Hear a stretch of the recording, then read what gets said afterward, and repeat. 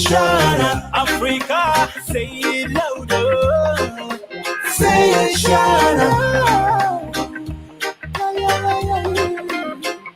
Salam alaikum, assalamu alaikum, salam alaikum, assalamu alaikum, salam alaikum, assalamu alaikum, salam alaikum, assalamu alaikum. United we stand, divided we fall. All we need is freedom. All we need is love. Free Africans free. Free Africans free. Be free, be free, free from slavery. Free, be free, be free, free from slavery. Free, free yourself from mental slavery. Free, free yourself from mental slavery.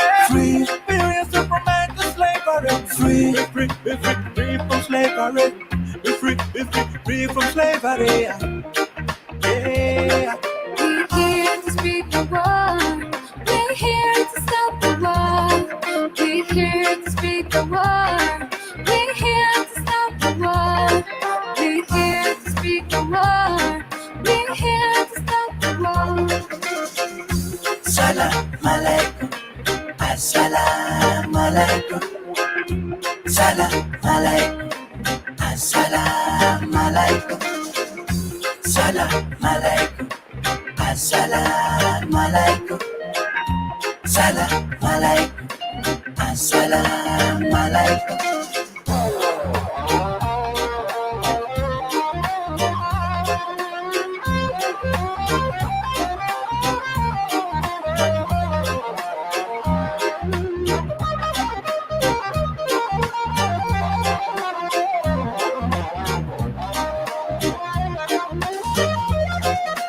Assalamu alaikum, African one. If you wanna be free, the most simplest one in the world.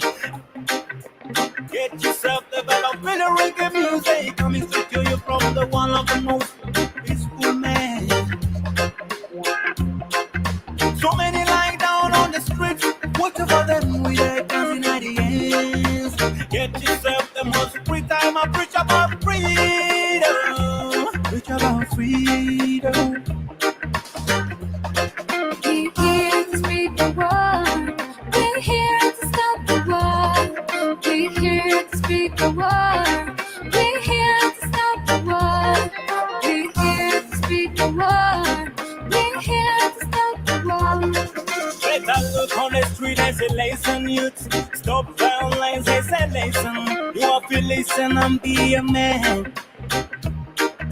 The music we are doing is not a music for fun. We are preaching, hear it loud and clear. Hey, night and day, no slipping it out. Better preach, let the people hear. Better preach, let the blind feel. The sound of freedom and love. The sound of freedom and love. The sound of freedom and love. The sound African one love. In the production. Ethiopia. Salam alaikum. Morocco. Salam alaikum. Libya. Salam alaikum. Tunisia. Salam alaikum. Nigeria. Salam alaikum. Niger. Salam alaikum. South Sudan. Salam alaikum. Sudan. Salam alaikum. South Africa. Salam alaikum. African one. Salam alaikum. African one. Salam alaikum. Let's unite and be free. Salam alaikum. United we stand. Salam divided we fall. Assalamu alaikum. Salam alaikum. Assalamu alaikum. Assalamu alaikum, good morning, good afternoon, good night, whatever you tune in today. This is Concerned Citizen of South Sudan is live. It is January 19, 2023.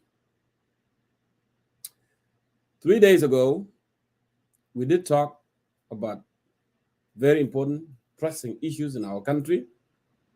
And we reminded the people of South Sudan the dangerous situation, the dire situation that our country is going through at this time, at this moment. And we send a clear message to the SPLM party that actually in this critical time, it is necessarily for them to put their rank together and find a common ground. When we talk about the health of President Salva Kiir Mayardit, and we give you a lot of details about what's happening in the country at the moment. Tonight, we are coming to you to update you with the new development. And my guest today, with this very important topic that you are seeing on the screen, President Salva Kiir's health and prospect for the new leadership. Will the SPLM be bold enough to demand Kiir to step aside and choose a new leader? My guest today is Ustaz Dengdida York, the chairman of United Citizens for Change. He will join me by Clubhouse, and also will be joined by Ustaz Abdullah Garang, also on the Facebook when he is available. And again, we reminded you what necessarily a step that need to be taken, because our country is on the brink of disintegration. So please go ahead and share our live video, like and share, so many people are able to watch. We are live simultaneously, Facebook, Clubhouse, and YouTube. If you don't have Facebook, if you are watching on YouTube, you may go ahead and subscribe so you can get a new video that we are on in every time. So with that, I would like to continue with this message. The message that the SPLM party, this is the time, this is the moment that they need to rise up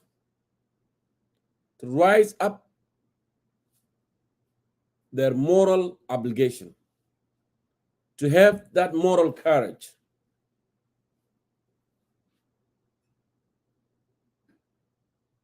and call for an arrangement. As we reminded you a couple of days ago, that President Kiir is ill. It's not simple illness, but he has to leave the country for a medical treatment. And we are all aware that actually has failed for a very long time, 16 years, to bring about the peace and stability in the country, to silence the guns in the country. He is not able to do so. We are aware that President Kiir is not interested to see South Sudan prosperous, South Sudan with stability. Therefore, leaving the country in this time, he is not interested to leave the country stable. That's why we are keep calling that there is a need for him to relinquish the power. There is a need for him to call the SPLM party, the ruling party, and discuss the matter before they get out of the hand. Because we are all aware that everyone in the country, those leaders in the country, they are power hungry. And everyone wanted to be on that leadership. And we are all aware that President Kiir is not interested in stability in the country, because he wants to make himself as a messiah of the Republic of South Sudan, which is not true. Because during his time, that's why we have all these communal violence, we have corruptions, we have human rights violations, we have a non-government, we have all sort of a violation of human rights in the country.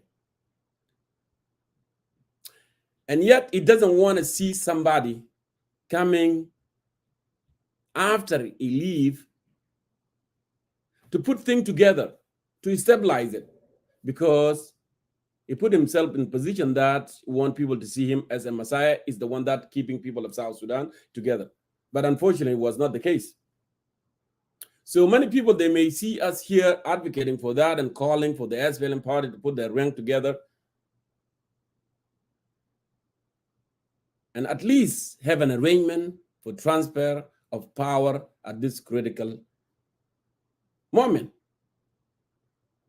It's not because we are endorsing SPLM, but simply because they are the only one that what it takes at this moment to call anyone at that table and make it work for South Sudan. It's not an endorsement. We do have fundamental differences with the SPLM party. You're all aware of that. We do. We have that fundamental differences with the SPLM party. But this is the call of the time. And that's why we continue to raise this awareness and conscience and sensitize them how important it is. We would like to categorically and honestly tell you that we have this. You may mute yourself or something. So, it is a bitter, bitter, bitter truth to be swallowed. Why I'm saying that? Because they did not do the best. The SPLM did not do the best. They were fighting, yes, for nearly 22 years, yes. But what we got from the ruling 16 years is the killing and corruption and so forth. But now the situation is going to get worse if they are not getting their rank together and have that arrangement and relinquish the power from President Kiir to someone at least prepare the country to write a constitution and have national census in the country and draw a line for geographical constituencies, and then will be followed by parliamentary election and general election. But above all, stabilize the country and bring the security, stability and security in the country, and bring the refugees wherever they are in neighboring countries so this country can move forward. Indeed, as I said, it is a very bitter truth, but we have to live with it. It's like somebody when you are sick with the malaria,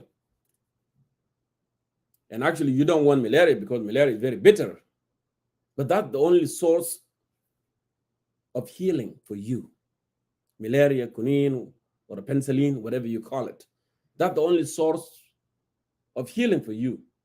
You have no choice unless you have to take that medicine. And it is very bitter to swallow, but you have to live with it because that's the only thing that can heal you. And as I said, fundamentally we disagree with those SPLM are in Juba right now, but the time required for them to sit on the table and do what is important. Unless they have to come to their senses and realize that this is a time for their moral obligation, to have that moral courage to save this country and save people of South Sudan.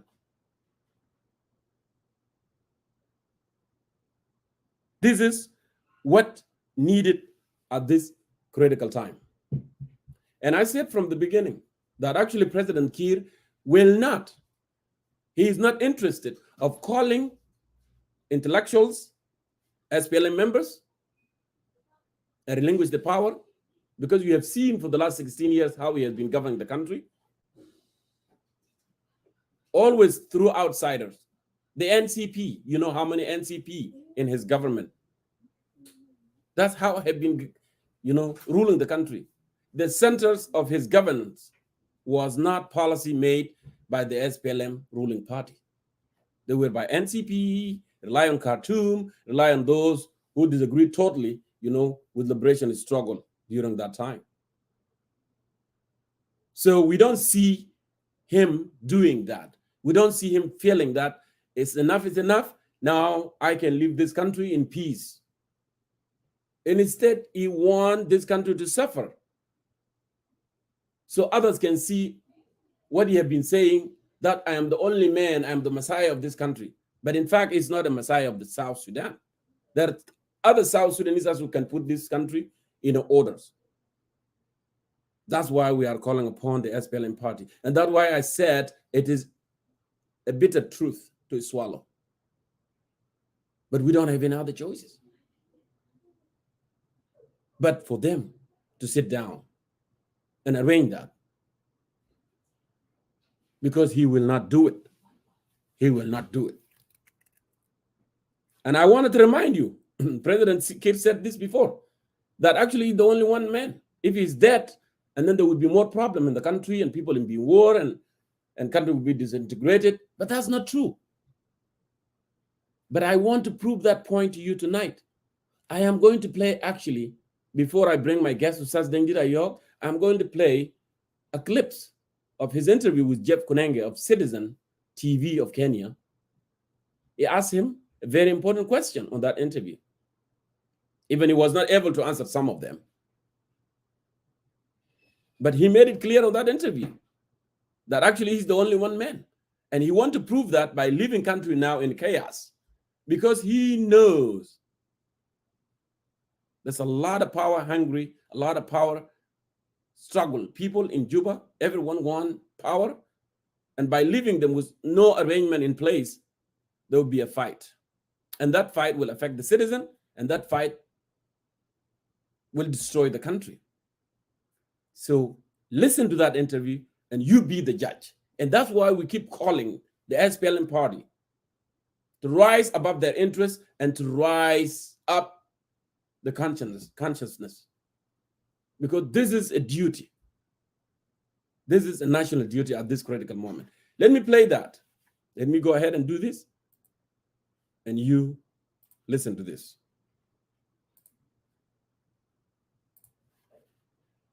Just bear with me here, and I'll play this.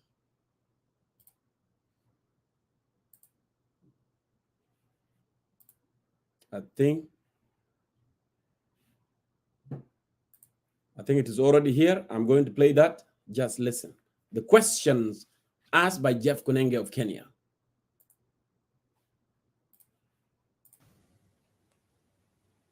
This is not, for the first time.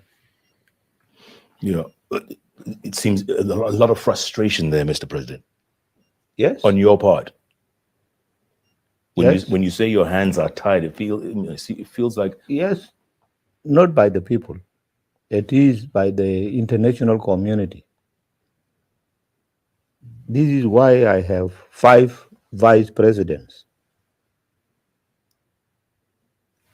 Those who did not even fire a single bullet were brought in and said they are partners in the peace agreement. Mm-hmm. How does that make you feel? Well, what can I do? I just allow them to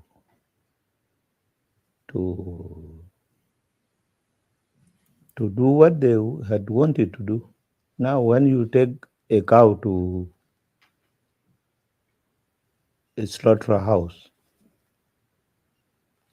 will it have any complaint? This is what they were doing. They were doing it that, they want to force me out of this office. And so... Why not just walk away from it all then? You can walk away. You've done your bit. Where? Walk away. I'm tired. Where do I walk? I walk home, where I sleep. That will not be a solution.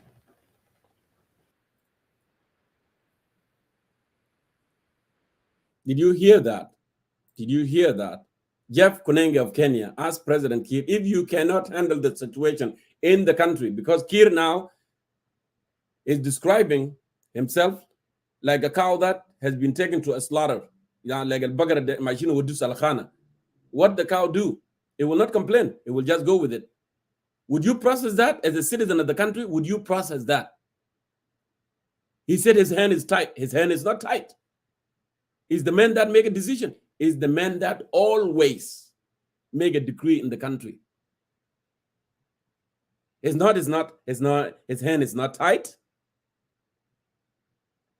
His hand is not tight. And the most important question here, Jeff Kunenge asked him, if you are tired, you have done more than what you're supposed to do, why don't you walk away? Just walk away. Leave the power. Leave the power to the people. And he said, walk where? Walk home where I sleep? Walk home, of course. Walk, because you cannot do it. You cannot handle the situation. But you see how he was mumbling, answering the question. You see how he was mumbling? I don't want to interject more. Let's listen. There are more coming. And that will prove the point that President Kiir, he will leave a chaos because he see himself, he's the only one always can be the president and no one else can be the president. Let's finish.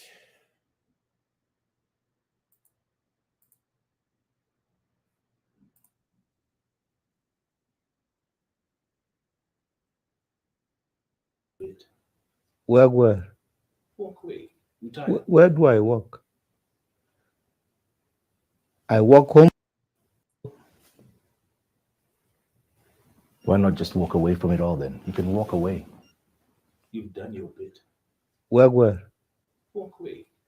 Where do I walk?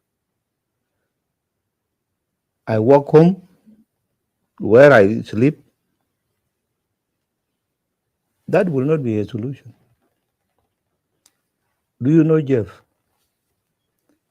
One day, somebody from the opposition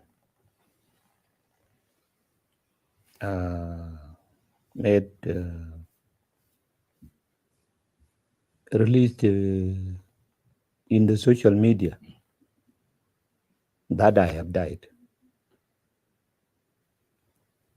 I was sitting in my office, but that media went wild outside. Do you know what happened? Everybody started running away from Juba. Because? Because I'm dead. I'm reported dead. People said, well, if he's dead, then there will be chaos in Juba. And nobody. Listen to that. Listen to that alone. Yani gal fi zol fi social media kan gal yak President Kiir is dead, and then people are start packing their thing, leaving Juba because he's dead. Because if he's dead, and then the country will be a chaos. So he's the only one man. He's the only Messiah. Would you process that, people of South Sudan? Would you process that? In Kiir, the Messiah of South Sudan, lo mat al balad aykun fi chaos. Now he's playing that. He's setting up South Sudan on a failure by not relinquishing the power. By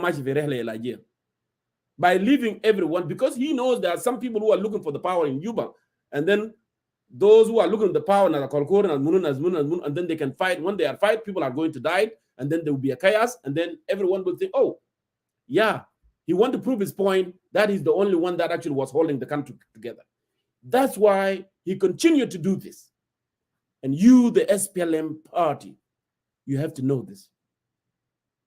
The time his interest is over. He has played you. He has played you. He has deceived people of South Sudan. Listen.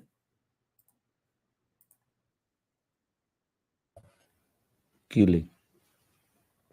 This is the only person who does not like killing a human being. This is the only.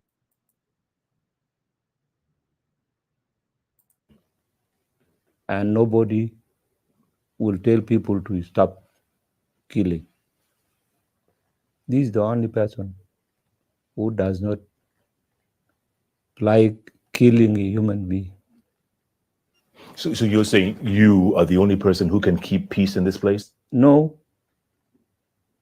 Other people can keep peace, but that moment I was central. I have to come out of my office and went in an open car to toward Juba so that I show myself. And I told people that I'm alive. So what would happen to South Sudan if you were not there? What would happen? Would it break up into pieces? I don't know. So far, I'm still there. And if, God forbid, if there is another war, it would not be good. But I hope it doesn't happen. You say that almost like it's inevitable. It'll happen at some point. Is that your biggest fear?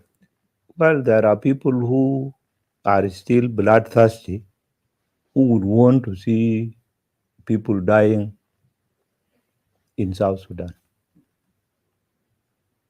I don't subscribe to that. And I think it will not happen. But it could. God forbid. 10 years from now, Mr. President, where do you see this country? 10 years from now. 10 years from now, if South Sudanese accept themselves to stay peacefully, after 10 years, South Sudan would be a great country. Yes. That's a very big if. It's up to you're trying to say it's up to the people. Yes. The people, if they don't fight again, there must be if there. If people accept themselves to stay in peace, after 10 years to come, South Sudan will be a change and a great country. Yeah. But the first 10 years have been a disappointment. Yes, there has been disappointment because of the fighting, unreasonable fighting. There was no reason for all this war. Soon after the independence, 2 years after the independence, we called for an investment conference, which was attended by more than 600 wealthiest companies and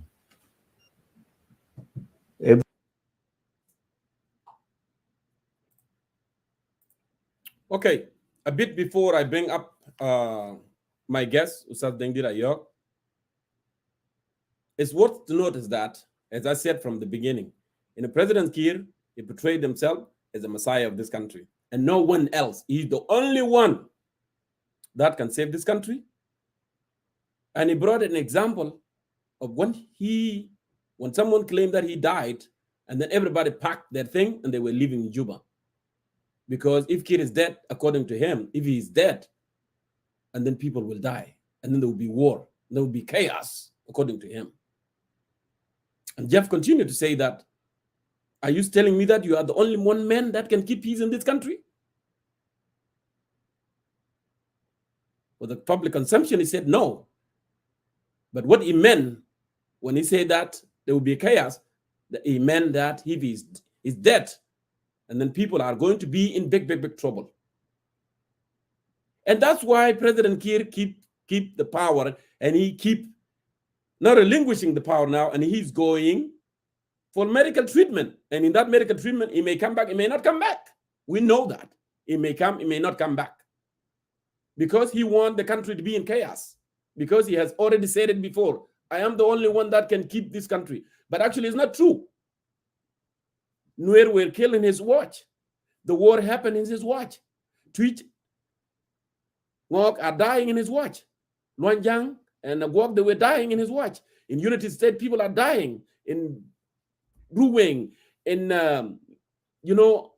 Bibor, chaos in the country in his watch. And yet he's saying that he's the only man that doesn't want anyone to die. You hear that in the clip. He's the only one man that doesn't want anyone to die. What a hypocrisy. What a hypocrisy.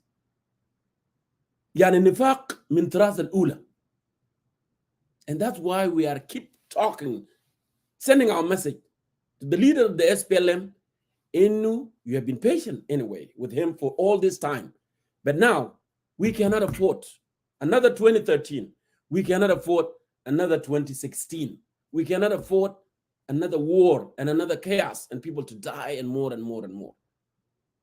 Just listen to your heart. We know that there is a voices in your hearts telling you that enough is enough. We need to sit down. We need to make an arrangement. Period. That's what happened. And he continued when Jeff Kunenge asked him 10 years from now, how South Sudan is going to be like. What would you like to see?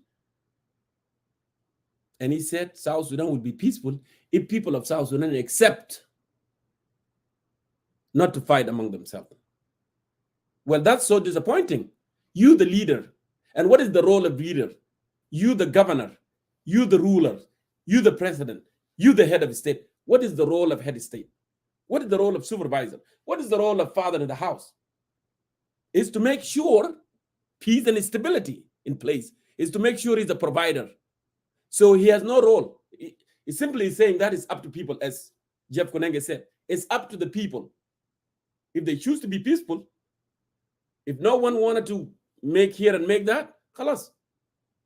If they want to fight, they can fight.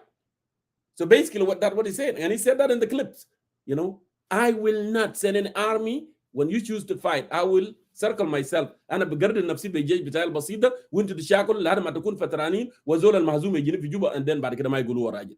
He proved his point. The man is clear since day one. He has been clear and he's been consistent in what he said. So it's up to you. If you fight, chaos. If you don't fight, no. And I am here like a king and I will stay there. Even a king can take care of his own citizen. And actually, it was us. What is the great hope? What is your great hope? What is your great hope? He did not answer that great hope. He did not. So here you have it. So President Kiir has been consistent.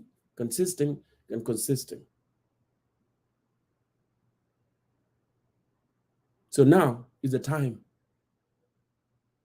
Is the time for the SPLM party to act.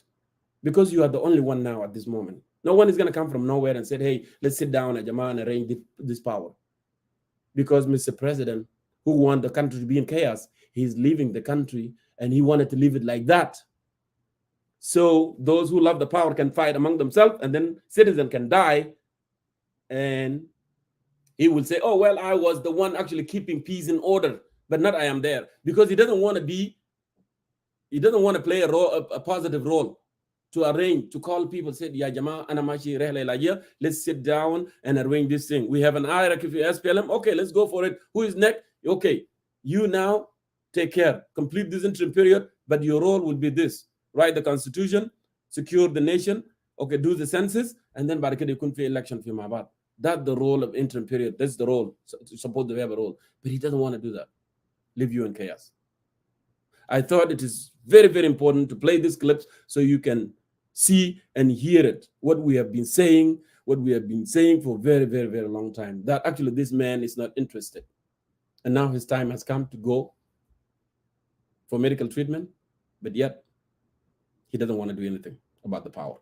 With that, I would like to welcome Ustaz Dengida York, the chairman of United Citizens for Change, the Clubhouse, to weigh in and talk about this topic that we are discussing today.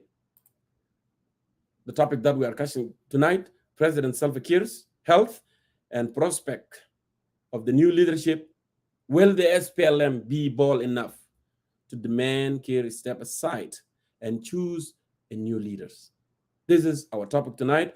Ustad Dengdid Ayok, welcome to Concerned Citizen of South Sudan. I will be weighing in later, more perspective. I will add my perspective. And also Ustad Abdullah Garam will join us also when he is available. Ustad Dengdid Ayok, if you're hearing me, please open your microphone, and I want to give you that opportunity to weigh in. And we may play the clips if you want to hear more on this. Ustad Dengdid?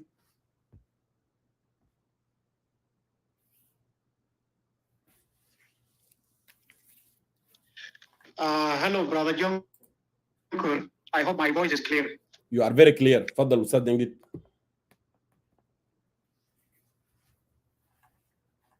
شكرا لك كثير على إتاحة الفرصة ونتحدث الليلة في الموضوع ده. خلونا نتكلم كده شوية بالإنجليزي.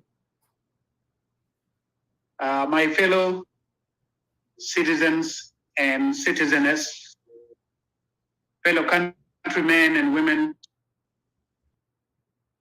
and men of goodwill in South Sudan, the patriotic sons and daughters of our land, resilient men and women of our homeland, back home and also in the diaspora, the noble men and women of land of great abundance, the people terrible from their beginning onwards, as biblically described by Prophet Isaiah, a powerful nation and treading down on whose land the rivers divide, a people tall and smooth of skin, men of great courage, valor, and might, soldiers of freedom and protracted wars of the liberation struggle, which lastly brought about the dawn of the emancipation and the declarations of the independence on Saturday, July 9, 2011. It has been a while, my dear brothers and sisters, since I last spoke to you here from Clubhouse via Facebook and YouTube on Sunday, January 1st, 2023, in what was a look back into South Sudan bloodiest year, 2022. I am delighted to be back again to continue what we always do here, updating and enlightening you about the current political developments and the general situation in our beloved country. Frankly speaking, we feel comfortable to do this, and we love to do it. We do it wholeheartedly, with dedication and commitment for you. We do it from the innermost of our hearts. We do it for change.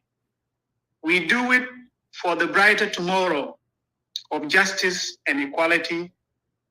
We do it for those children sleeping in our locks, in our dwells, and in our cottages, in the countryside, in the heart of the peripheral South Sudan. We do it to bring change, a true change that will deliver the long-awaited services to our people, which the SPLM leaders collectively could not deliver since they came into power in the post-CPA era 18 years ago. And in a very particular way, since General Salva Kiir assumed power after the tragic death of John Garang Mabur in a Ugandan helicopter crash in 2005. I would like to seize this opportunity and this momentous juncture to greet all of you in the name of one God, the Almighty, in the name of change and democracy, and in the name of land of great abundance, the land which we had irrigated with and by our sweat and blood, and liberated with our precious souls. The streams of the blood of the martyrs, of our uncles, brothers, fathers, and mothers had mixed with the particles of the soil of our land everywhere. And allow me to suppose at this juncture that you all remember the great men of courage and bravery who have sacrificed themselves to set this land free 40 years ago and beyond. The Anyanya forces of liberation since 1955 up to 1972, commanded and led by our iconic leader, father and freedom fighter, General Joseph Lagu. May God's blessings be upon him at his elderly age. General Lagu, as you all know, was supported by the Sano leaders, Agrijade Ladu, Father Saturnino Lohore, Joseph Uduho, William Daniel, Isboni Mundiri Gwanza, Albino Oliver Batali, and brave soldiers such as General Emilio Tafeng, freedom fighters such as Saturnino Oboya, General Ali Guatala, and politicians like Gordon Mortadmeyen, Alison Munani Magaya, Samuel Abujon Kabashi, throughout our history down to the SPLM leadership. And all the SPLA divisions and battalions during the War of Liberations. You would now remember more Koryom 1, Koryom 2, Twig, Zalzal 1, Zalzal 2, Katiba Zalan, Tiger Tumsah, Kazuk, Agrab, Jamus, Mazlum, Munir, Ger Malingi, Katiba Mukshasha, Intifada, Katiba Intisar, Achwil, Katiba Niran, Gol, Commando, Katiba Banat, Katiba Shatta, Katiba Chakush, Winshar, Eagle, Kwe, Wolf, Katiba Majnun, Red Army, the Nile Battalion, Katiba B, Katiba Shak, Katiba Lion, Rhinos, India, Katiba Bushok, Ariad Makwe, Aishandok, Matonbai, Katiba Bunia, Wadam, Alwal Chugwak, Katiba Jongo, Katiba Tingili, among many other battalions of the SPLA during the time of liberation. And so these are men and women. These are the soldiers who have paid the ultimate price for our freedom and our independence. I would like to categorically and honestly tell you that General Kiir Mayardit, the current president of our republic, and all the SPLM leaders have betrayed the sacrifices of these people who had joyfully died for this country in hope of guaranteeing a better life for us and the next generation with their precious blood that made this glorious history, which I have just shared with you. Allow me to say that if God the Almighty in his superpower and might could today resurrect those men and women from death in every valley, in every forest of South Sudan, under every mountain in South Sudan, in the open savanna areas, in the rivers, in every hill, and in all the plateaus where they have died, they would certainly rise angry and lead a radical revolution against Kiir, against his thoughtless SPLM comrades and the MCP stooges in the government of South Sudan.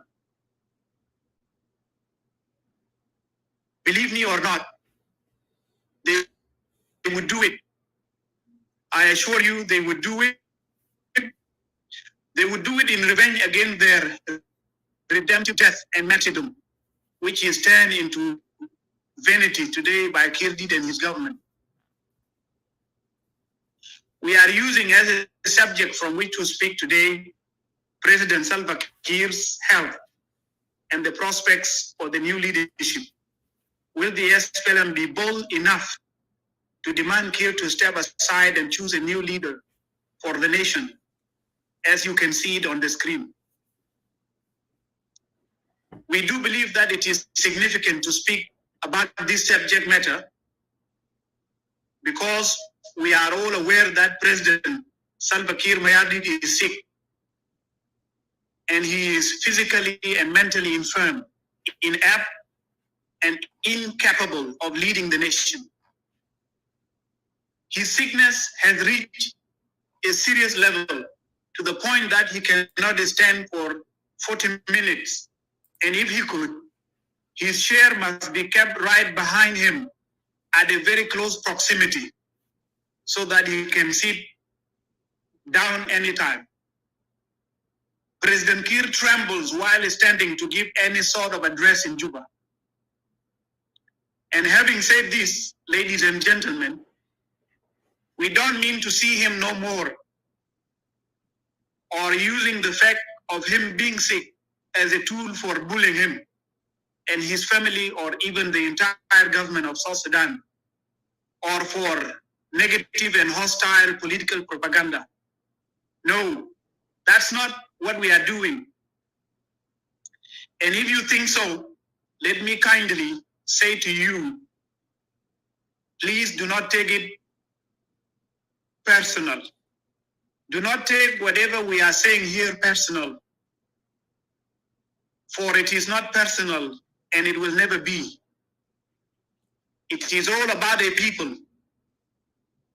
It is all about the fate of a nation. We speak about these issues because we are alarmed and concerned about the fact that the country may witness a deadly power struggle should anything bad befall him, God forbid. We don't want to see deadly power struggle similar to that one of 1991, 2013, and 2016 J1 dogfight happening again in our country. Because we have suffered and have died enough as a people of South Sudan. And the proportion of our dead people is higher than that of our current population. And so the question is, what have we done in front of God and in the world to deserve such woes and calamities? The remnant of our people must live in peace, security, stability, and thrive like others in the world. Ladies and gentlemen in the room, in our honorable intentions and humanitarian instincts, in our humane sentiments, our goodwill and spirit of solidarity with the sick person, we do pray to God the Almighty to guarantee him good health and longevity, for he is a human being before he became a leader for our country. 2 days ago, we gave you the urgent updates on the health status of the president. However, we are not here to repeat what was already said, for you have already digested it and you have perfectly understood its gist. Today, we are talking about the prospects for the new leadership. We are answering the key question of this discourse. And the key question is, will the SPLM be bold enough to demand Kiir to step aside and choose a new leader? In other words, will Dr. Waniga, Daniel Awendit, Paul Manyangju, Peter Lamboth, Dr. Barnaba Marial Benjamin Bill, Nyal Ding Nyal, Mama Rebecca, Garang de Mabio, would they be bold enough to kindly ask our sick president to step aside so that a new leader is peacefully installed?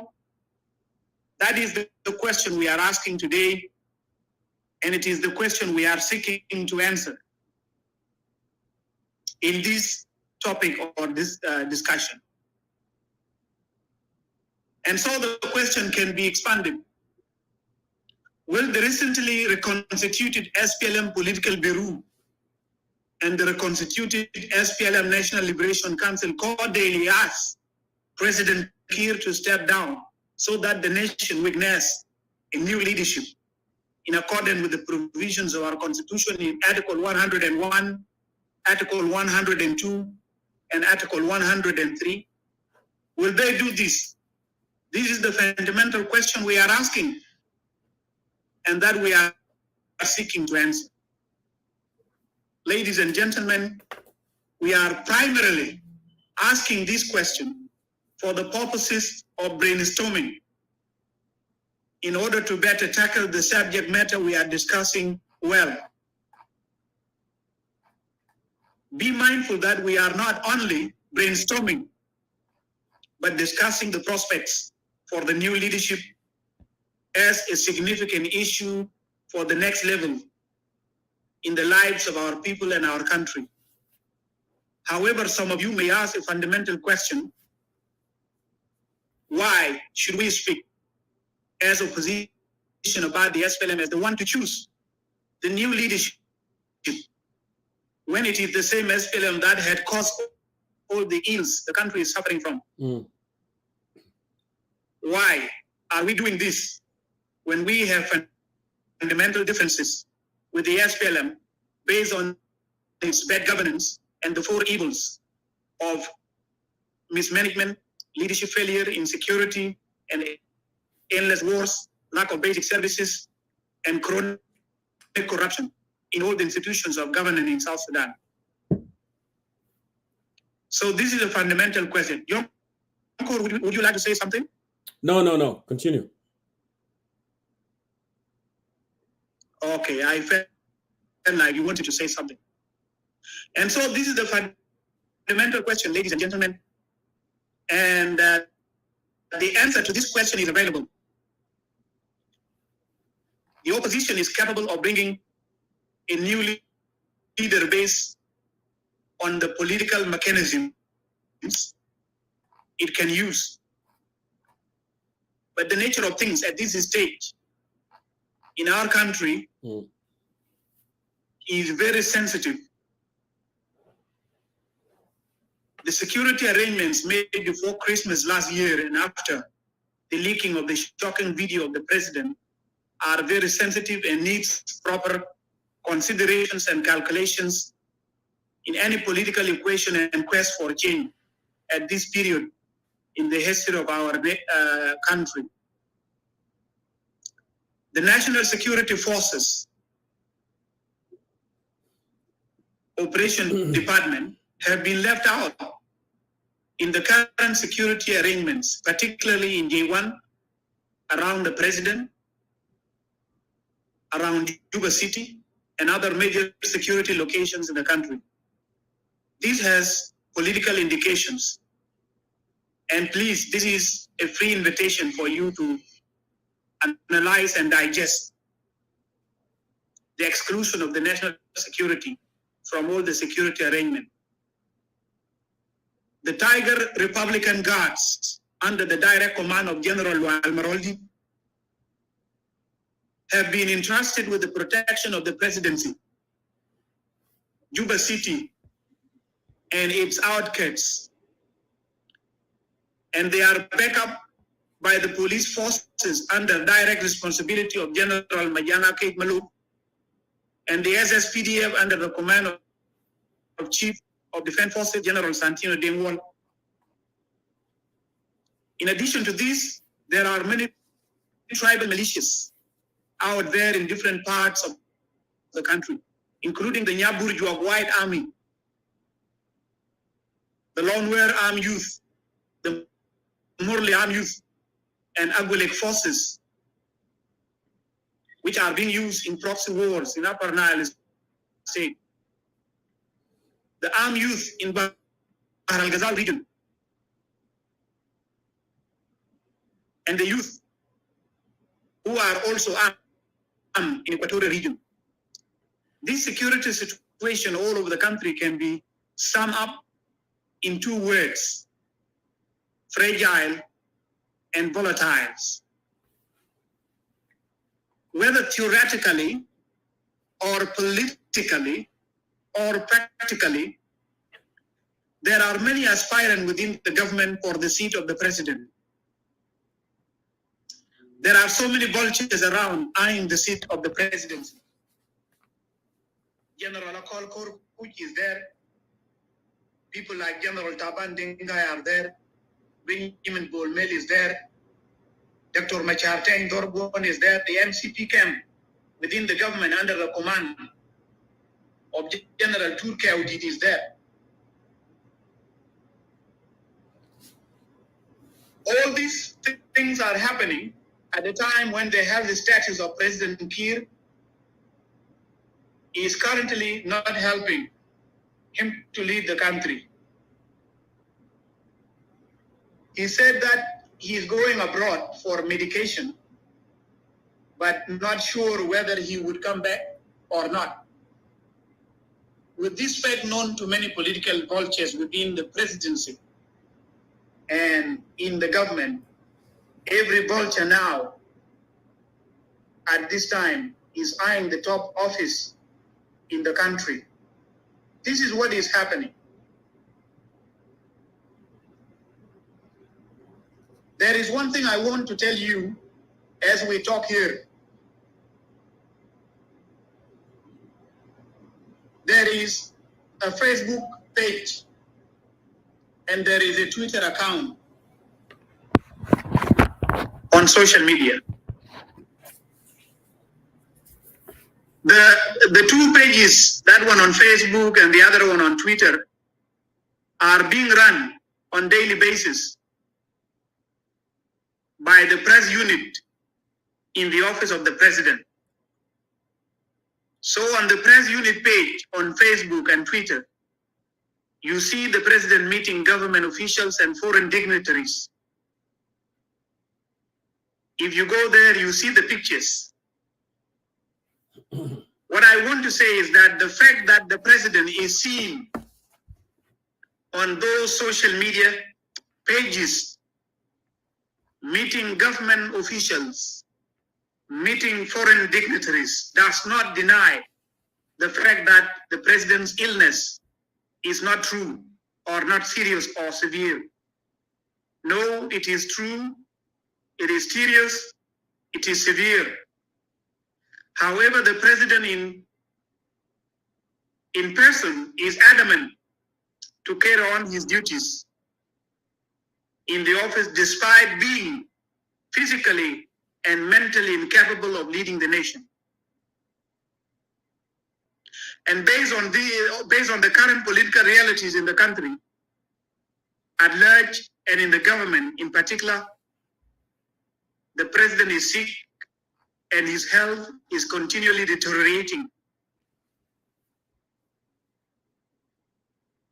The country may enter into a constitutional vacuum anytime because there is no successor name according to the constitution. And therefore, should anything happen to the president, the situation could lead to a fatal dispute over power in the government. We shall definitely put the implementation of the revitalized agreement on the resolution of the conflict in the Republic of South Sudan in jeopardy, hence another civil war, because General Akol Korkuch and General Wal Maroldi could lock horns over power struggle, as well as others who would also get involved into the game of power struggle. The tribal militias from the periphery could be urgently called in at any time and get involved into chaos. Now, I want to honestly tell you that this is not good for our country. The opposition, whether it is us in the UCC or our brothers and sisters in the other opposition alliances, are far away from the theater of this expected constitutional vacuum and the practical solution that could be offered to salvage the situation. And they therefore cannot do anything to rescue the country. Who can then rescue the country? That is the question we should be asked now.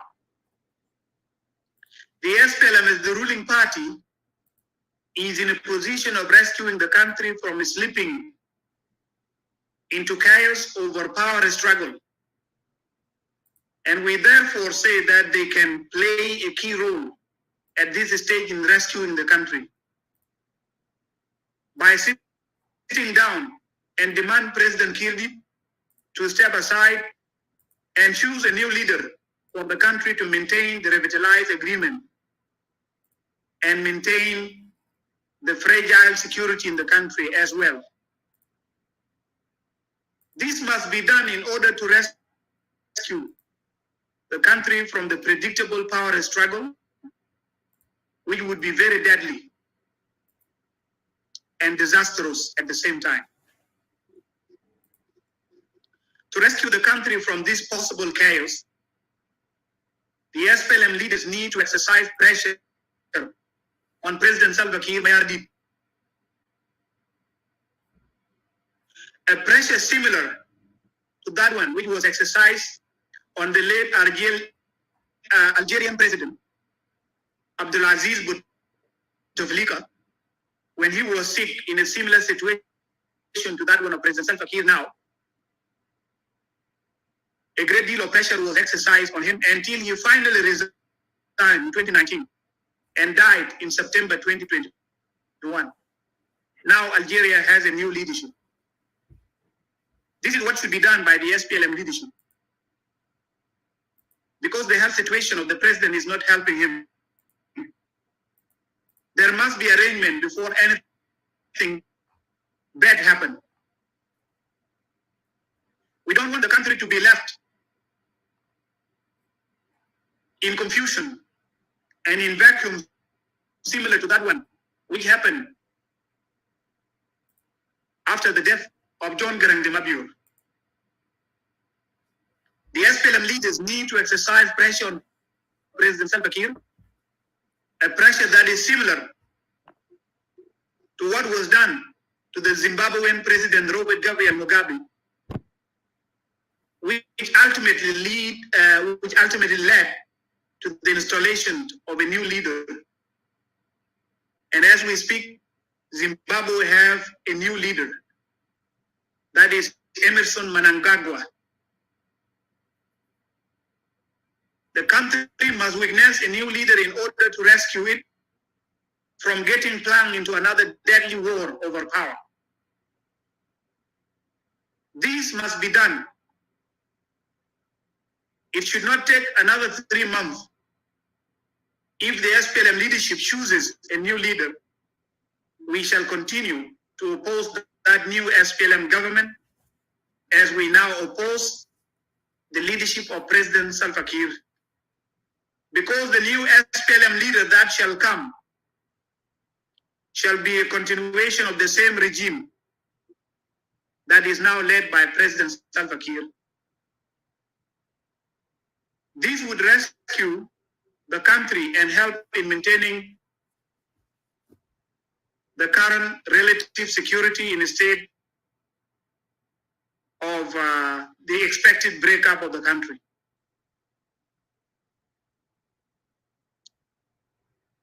And so we don't want the breaking up of the country. This is our call. And this is what shall rescue the country from Rwandization. The country has already reached the level of Somalization over the last decade. What is now left is Rwandization. And we cannot allow it to unfold. Although the current SPLM leaders lack the will and charisma. It is paramount for them to do this in order to rescue the nation from another bloody quest for power and another lethal war for winning the top office in the land. We, as the people of South Sudan, are worn out by the fatigue of wars and conflict, death and misery. Therefore, the SPLM leadership, both in the SPLM Political Bureau and in the SPLM National Liberation Council, the two recently constituted structures of the party, they have a moral obligation to sit down and tell President Salva Kiir Mayardit, in a good spirit of comradeship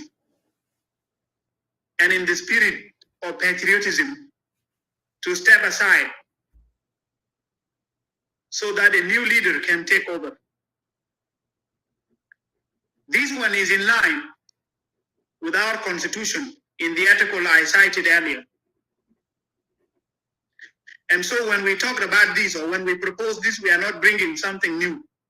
It is already something already there in our constitution.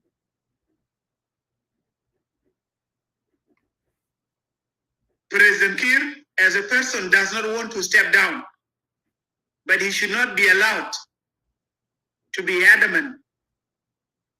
He should not be allowed to continue to lead the country in that health status which is not helping him and which is not helping the country. And the only way out from this is that his comrade in the SPLM have to talk to him. Enough is enough, because he has stayed in power for 18 years.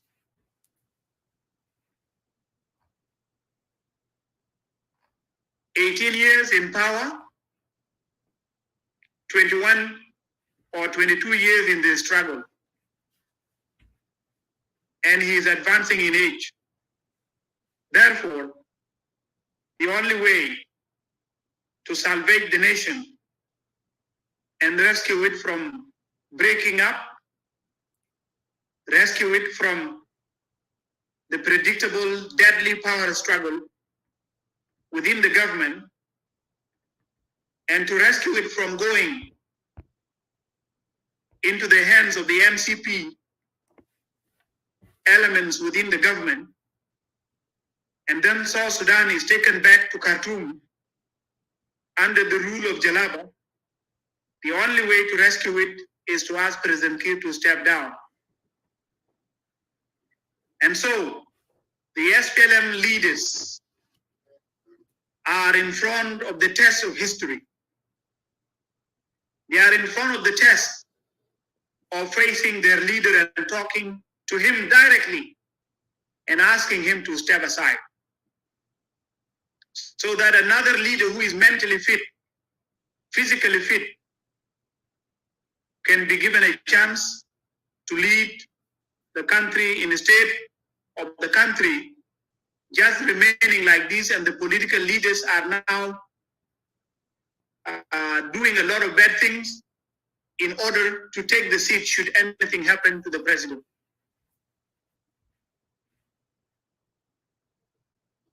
Enough is enough. We have died, and we don't want to die anymore. We want peace, stability, security. We want to thrive like the rest of the nations of the world.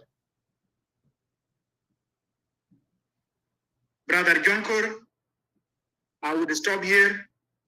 Thank you very kindly, ladies and gentlemen, for listening. Mr. Dengira, thank you very much. So phenomenal for presentation that you have presented to our people who are watching here on Facebook, and those who are listening in Clubhouse, and those who are watching as well on the YouTube. One thing that I noticed, and I want people in South Sudan to know, that when we lost our late hero, Dr. John Grande Mobile, in 2005, people of South Sudan, they were more united than today. So it was obvious that actually we lost our leaders, but we have an ultimate goal that time. And our ultimate goal is to work tirelessly for a referendum. So we couldn't afford any division among ourselves, any reluctant or any redundant at that time. So people of South Sudan, they were so passionate and they knew what to do when we lost that leader. But this 18 years that we spent with authoritarian regime, killing and jailing and corruption, and cultivate hate and tribalism, actually has pulled us more apart. And the gap has been widened by the rule of Kiir for the last 18 years. So the differences are big. You can see 2005, we lost our leader, despite the fact that we were not prepared that we are going to lose him, but we lost him. But we have an ultimate goal, and the SPLM party and people of South Sudan, SPLM, non-SPLM, they were able to pull it together and work together in 2006 and work, and we were able to achieve the goal, which is to vote for referendum and declare independent in 2011. Now is a different case because the amount of hate, as I said, has increased a lot. It has been cultivated. So now, if such a thing has happened, if some President can leave the country for his medical treatment or whatsoever he's going to do without any proper arrangement, this is going to be a more chaos. And that's the chaotic that we don't want to happen. And that's why we are appealing. And I said from the beginning of this program that actually this is a very bitter, it is so bitter truth, because we are not the only one that actually should be advising the ruling party, the SPLM, to do the right thing. But because they have been neglecting the nation for a very long time, and we have that collective responsibility and moral obligation as a citizen of this nation to bring these issues and to bring awareness to them and to those who love the country, that actually this moment is the darkest moment in our history, and it requires collective responsibility and put all the effort together and make this arrangement to avoid the dark days that are coming. So you can see the difference. 2006, 2023 is way different. You see how people are talking on social media, how people are confronting one another. So it's way different. And we cannot afford in another 2013, in another 2013, another 2016. We cannot afford all this thing. The flame is already everywhere in the country. So we are appealing, and we continue to be appealing to them with the same spirit that you have been fighting for 22 years. We cannot lose it to such a manner. That's why it is so necessarily to put the rank together and call President Kiir, enough is enough. We know what he's trying to do. He wants to put this country in chaos. He doesn't want to leave it stable. I show you the evidence. I did show you the evidence. He already said that he will not protect the citizen. If you want to fight, fight. And when you are defeated, run to Juba. He already made it clear on that conference of Liberation Council that actually there is war in Jiko, there is war in Eastern Nuer, there is war in Upper Nile, but I cannot stop them. You already mentioned that actually I'm the only one on the interview with Jeff Kunenge. That if he lived, or if he's dead, if he died, and then the country would be chaos. Portray himself always as a messiah, which is not true because people have been dying in his watch. Corruption has happened in his watch. Many things has happened in his watch, and he hasn't done anything. And he has no hope whatsoever. He has no what it takes as a leader to pull the trigger and bring people together and make this country desirable to live. He has no whatsoever. And that's why you need to act. That's why you need to act now. Ustad Dengdi, I want you to make a comment on that interview that Jeff Konenge conducted, with President Kiir when he said that walk away, and President Kiir refused to walk away. And he knew what Jeff Konenge was saying when he said walk away, and he said, walk where? Walk to home where I sleep? Walk away from the power because you are unable to take it to the next level.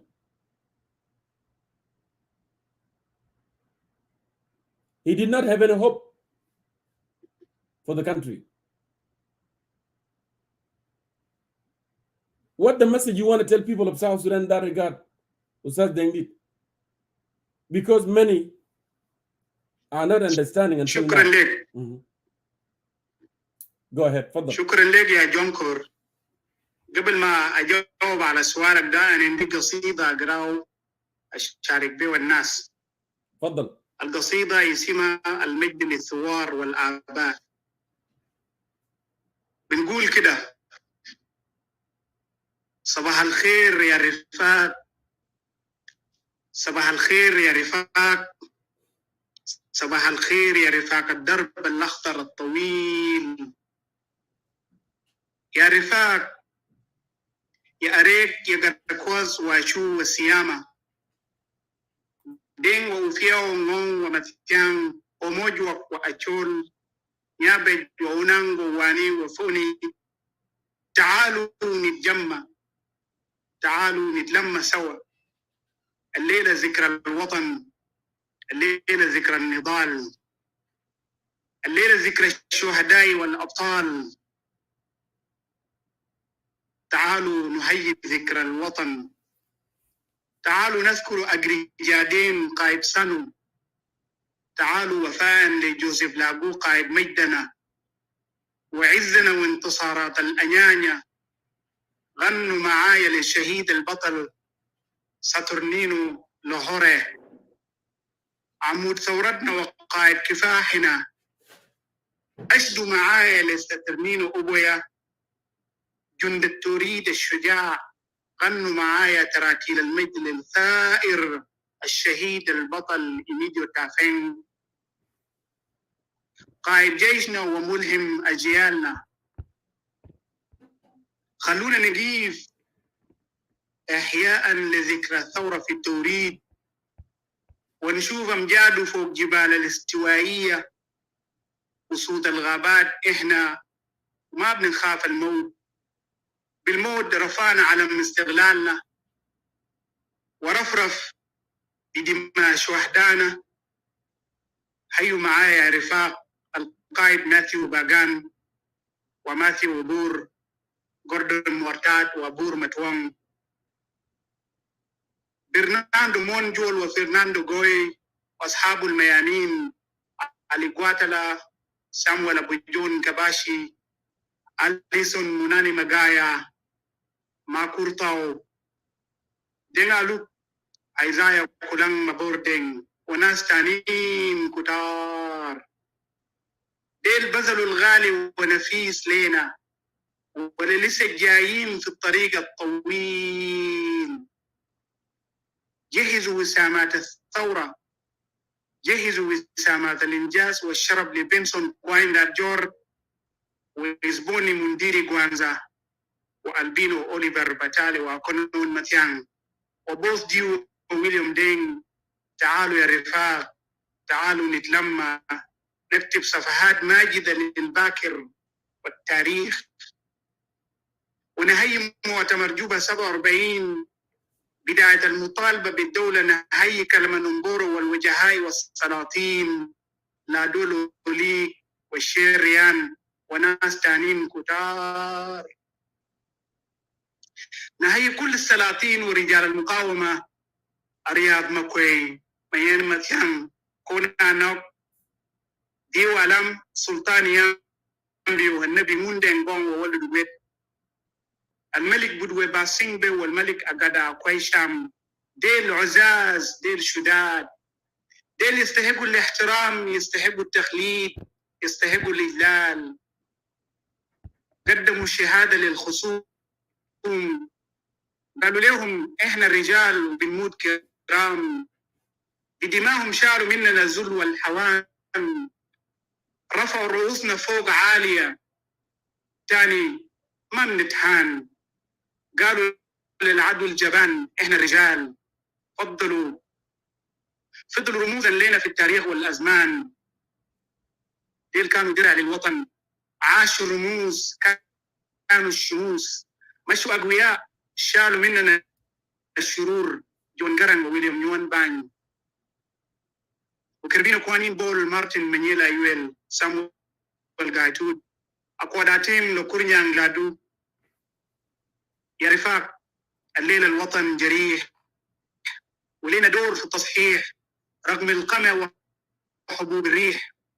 أحسن نجيب التغيير ونسيت الباب اللي بيجيب الريح ونستريح، ونطلع نهاية من دولة العنف الطائفي المميت الكريح، من دوامة الحروب المجتمعية القبلية، من دوامة خطاب الكراهية، علشان النازح في مخيمات النزوح يرجع بيته ويسكن مستريح، واللاجئ في دول الجوار لوطن جدود وأحبابه ويدرى الشتول المحبة لعياله، ويحسد عرق جبينه وتعبه، ويأكل من إنتاجه، ويدق نقارة في الزواج وليداته، ويهرق ذكريات الماضي الأليم بالشتاتة، ويجنب تهدل الشجرة في واطاته، ويزور قبور أجداده، وينوم بلا خوف ويمد كرعينه، والمطر تصب ونغني من جديد. زمن مطر زيدة بامبي ما كيمود مويا غير ساكت.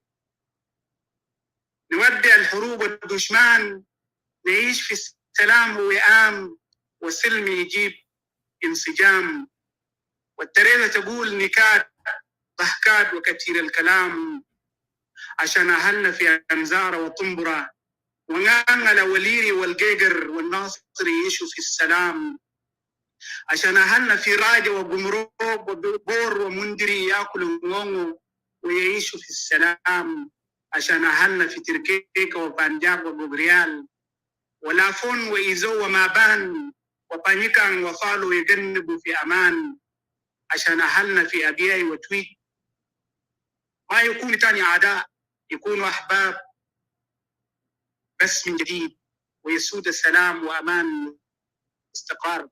ونجيب التنمية والإعمار ونمسح دموع الوجه والعار، وننشئ مؤسسات خدمية، ونخلي محاربة الفساد عمل وشعار، ونعيد الحرية والعدالة المفقودة هدية للمظلومين والمحرومين من الحقوق، ونعيد الكرامة للمذلولين، نبني وطن المجد والصمود، نبني وطن المجد والصمود. Coming back to your question. So phenomenal أستاذ جديد. Thank you. شكرا. ربنا يديك العافية. تفضل. Coming back to your question, when the president was asked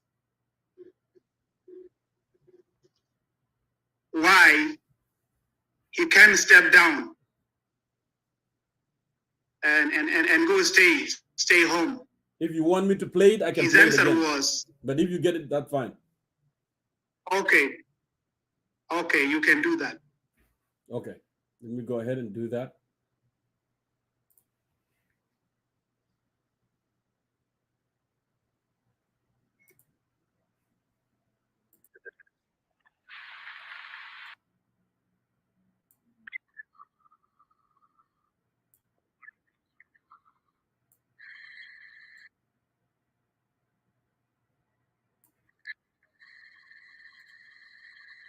I just allow them to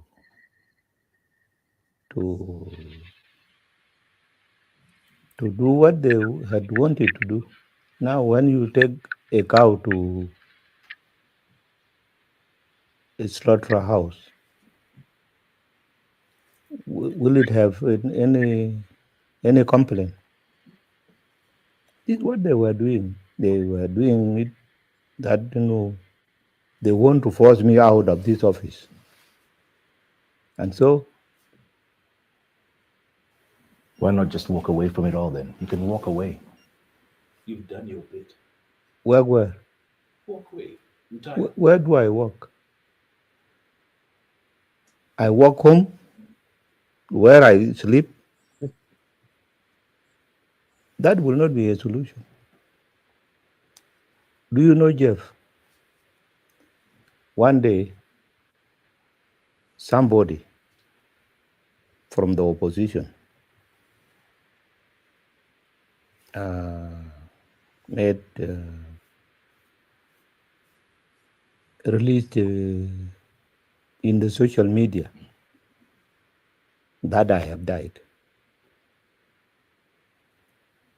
I was sitting in my office, but that media went wild outside. Do you know what happened? Everybody started running away from Juba Because? because I'm dead. I'm reported dead. People said, well, if he's dead, then there will be chaos in Juba, and nobody will tell people to stop killing. This is the only person who does not like killing a human being. So you're saying you are the only person who can keep peace in this place? No, other people can keep peace, but that moment I was central. I have to come out of my office and went in an open car to toward Juba so that I show myself. And I told people that I'm alive. So what would happen to South Sudan if you were not there? What would happen? Would it break up into pieces? I don't know. So far, I'm still there. And if, God forbid, if there is another war, it would not be good. But I hope it doesn't happen. You say that almost like it's going to it's inevitable. It'll happen at some point. Is that your biggest fear? Well, there are people who are still bloodthirsty, who would want to see people dying in South Sudan. I don't subscribe to that. And I think it will not happen. But it could. God forbid. 10 years from now, Mr. President, where do you see this country? 10 years from now. 10 years from now, if South Sudanese accept themselves to stay peacefully, after 10 years, South Sudan would be a great country. Yes. That's a very big if. It's up to you're trying to say it's up to the people. Yes. The people, if they don't fight again, there must be if there. If people accept themselves to stay in peace, after 10 years to come, South Sudan will be a change and a great country. Yeah. But the first 10 years have been a disappointment. Yes. there has been disappointment because of the fighting, unreasonable fighting. There was no reason for all this war. Soon after the independence, 2 years after the independence, we called for an investment conference, which was attended by more than 600 wealthiest companies, and everybody pledged what to do. Those who were going for infrastructure, to build roads, those who were going for power, and all that. And that it was going to start in December, in January. But soon in December, we had a coup. This is what brought us to this stage. Yeah, it boils down to your oil wealth, Mr. President. You know that the oil has been more a curse than a blessing here. It has become a curse. It has become a curse because it is not only oil that we have. We have many other resources. Minerals are many. But there are people who think that it should be done under their leadership. The oil we are producing is not the capacity that we should produce per day or a month. Simply because we are restricted by Khartoum, simply because the pipeline may not take the quantity that we want to pump out per day. Yeah. And what is the relationship with Khartoum? Pardon? What is the relationship with Khartoum? We are good. Our relations are good.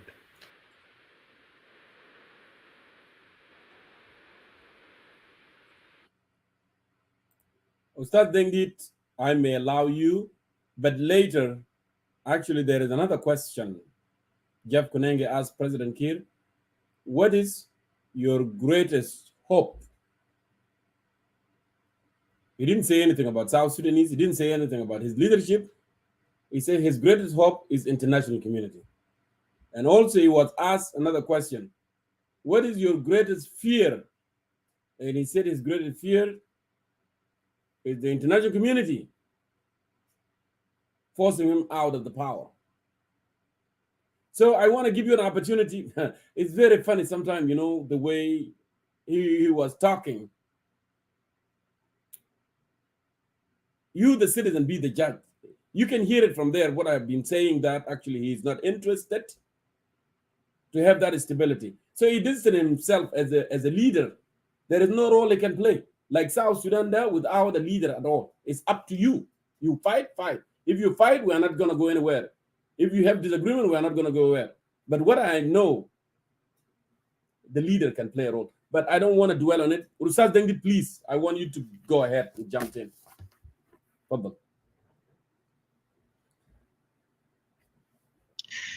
Yeah, thank you, Jonkor. Before I answer or make my comment, I would like to answer some brothers and sisters who are making their comment here, asking when was this interview. Of course, this interview was in July 2021.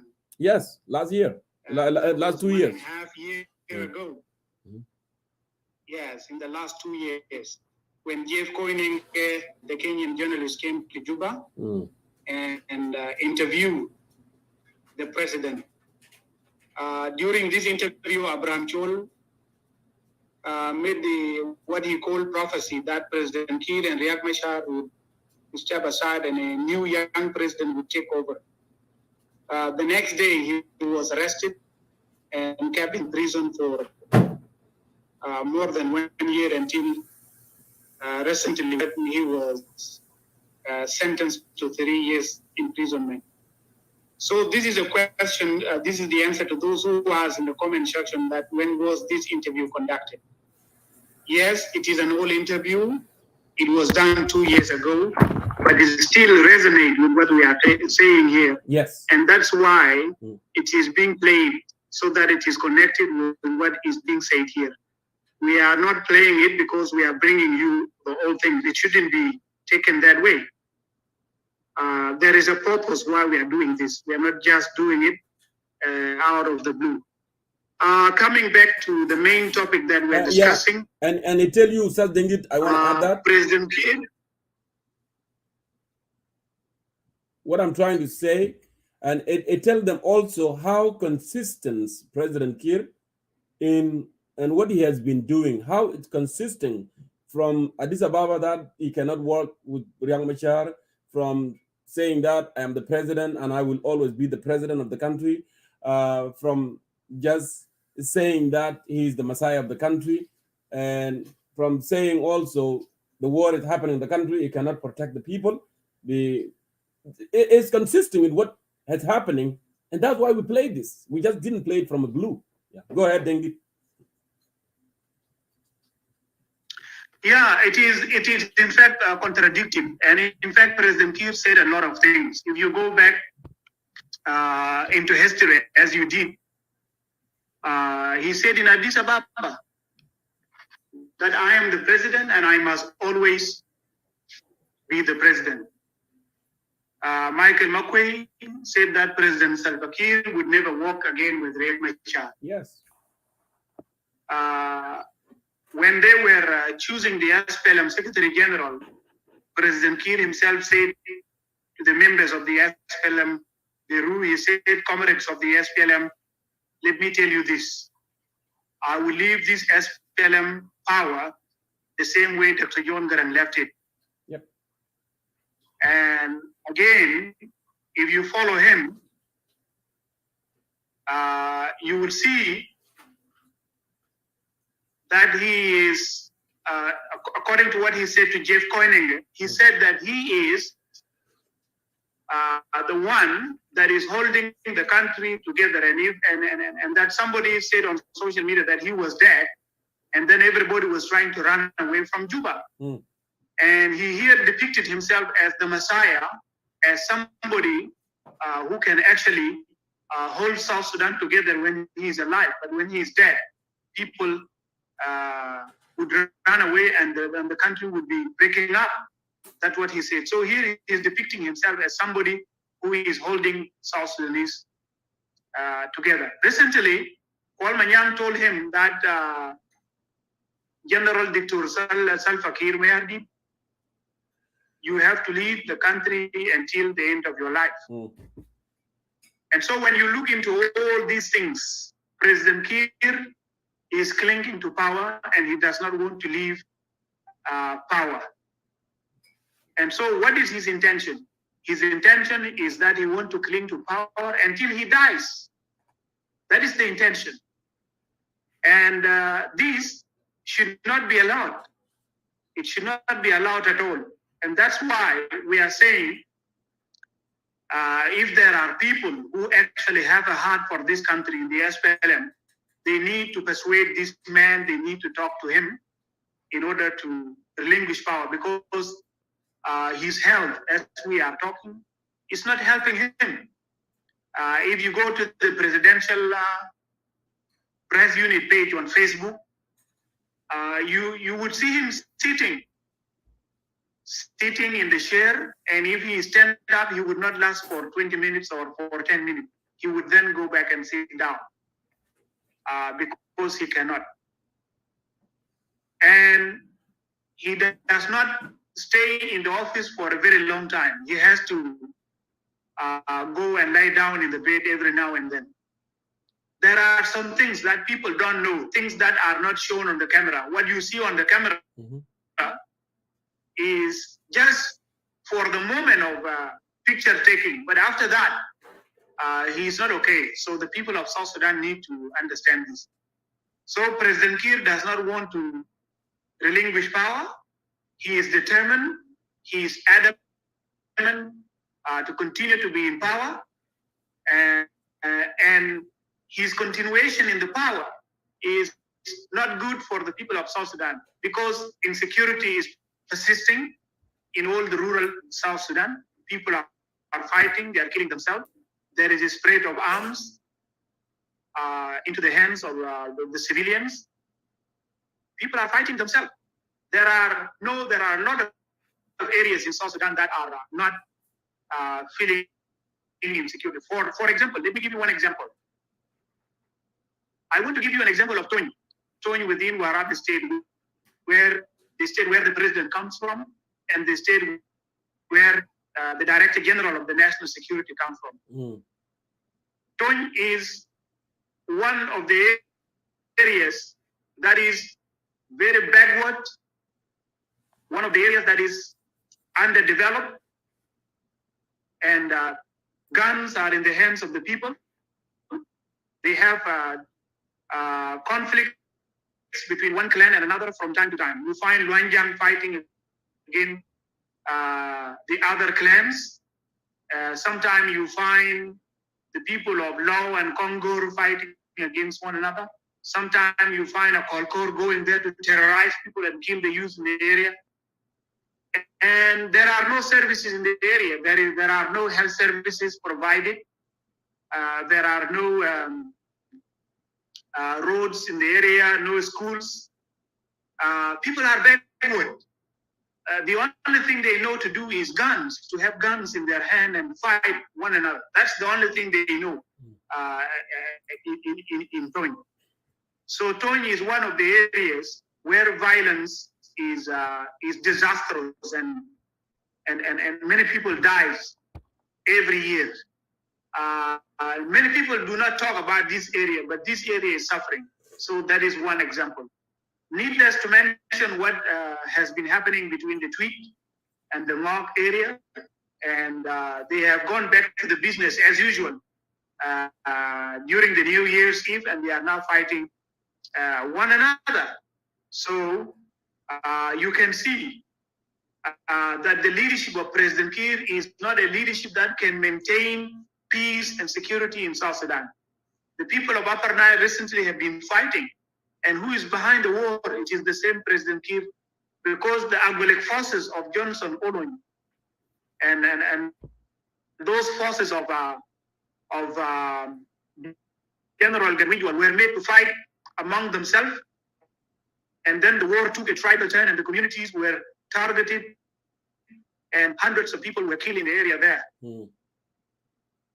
And until the war took a very wrong turn.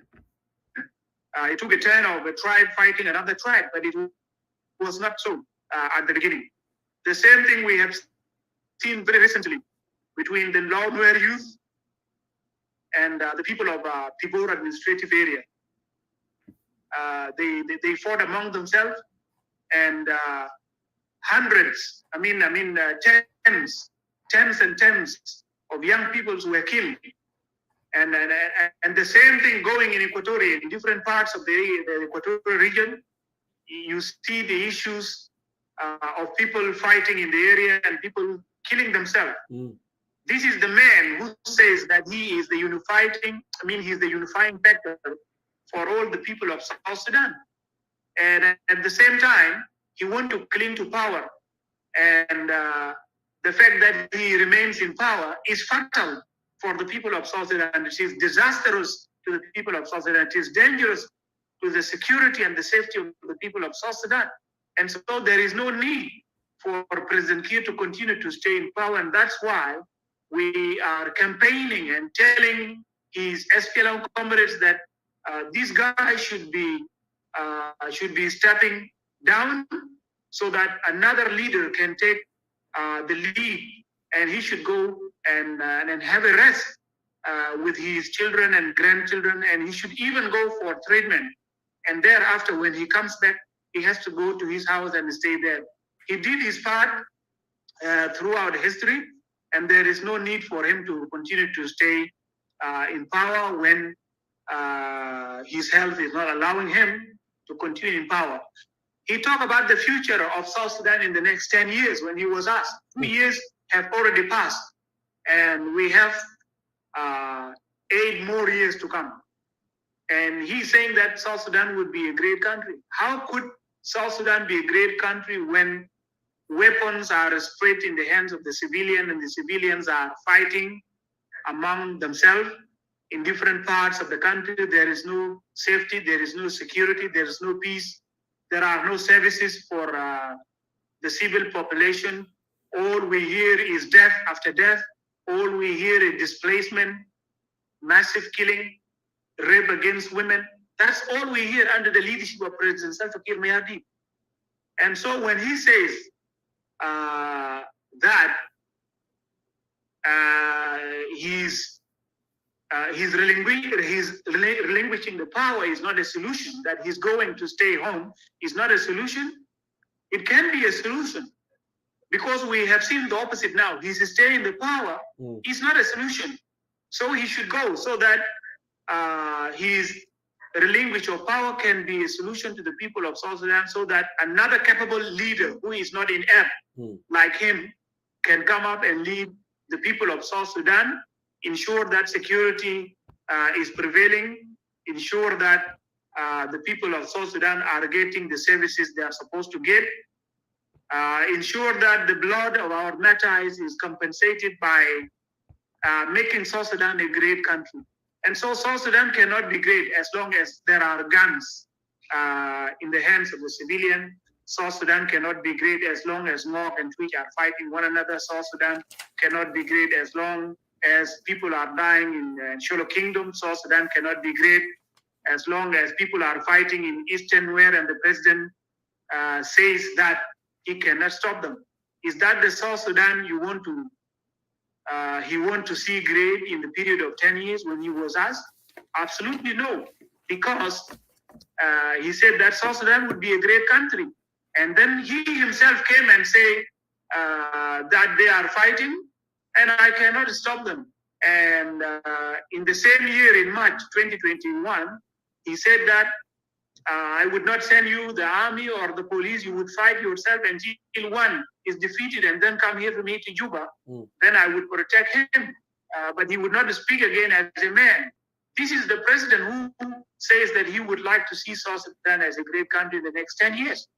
And so what the president said is not correct. I mean, it is not sincere, it is not honest. Because what is happening right now is that the country is falling apart. The country is on the brink of disintegration. Not only that, not only the that, leadership we want to see in the country. Not only that, that South Sudan would be great, but actually it's like he lifted his hand on South Sudan, but he's still the president, and he said it's up to them. If people are fighting, and then nothing is going to happen. But he have forgotten that he's the leader for this country, because if you are a leader, and then you have to have a plan. You have to prevent fight, you have to prevent war, you have to work hard for economic growth and make laws and enforce the laws. That's the role the leader that can do. He totally forgot that, or he's not engaged in that. And he said it's up to them. If people of South Sudan chose, to be peaceful, and then the country will be great.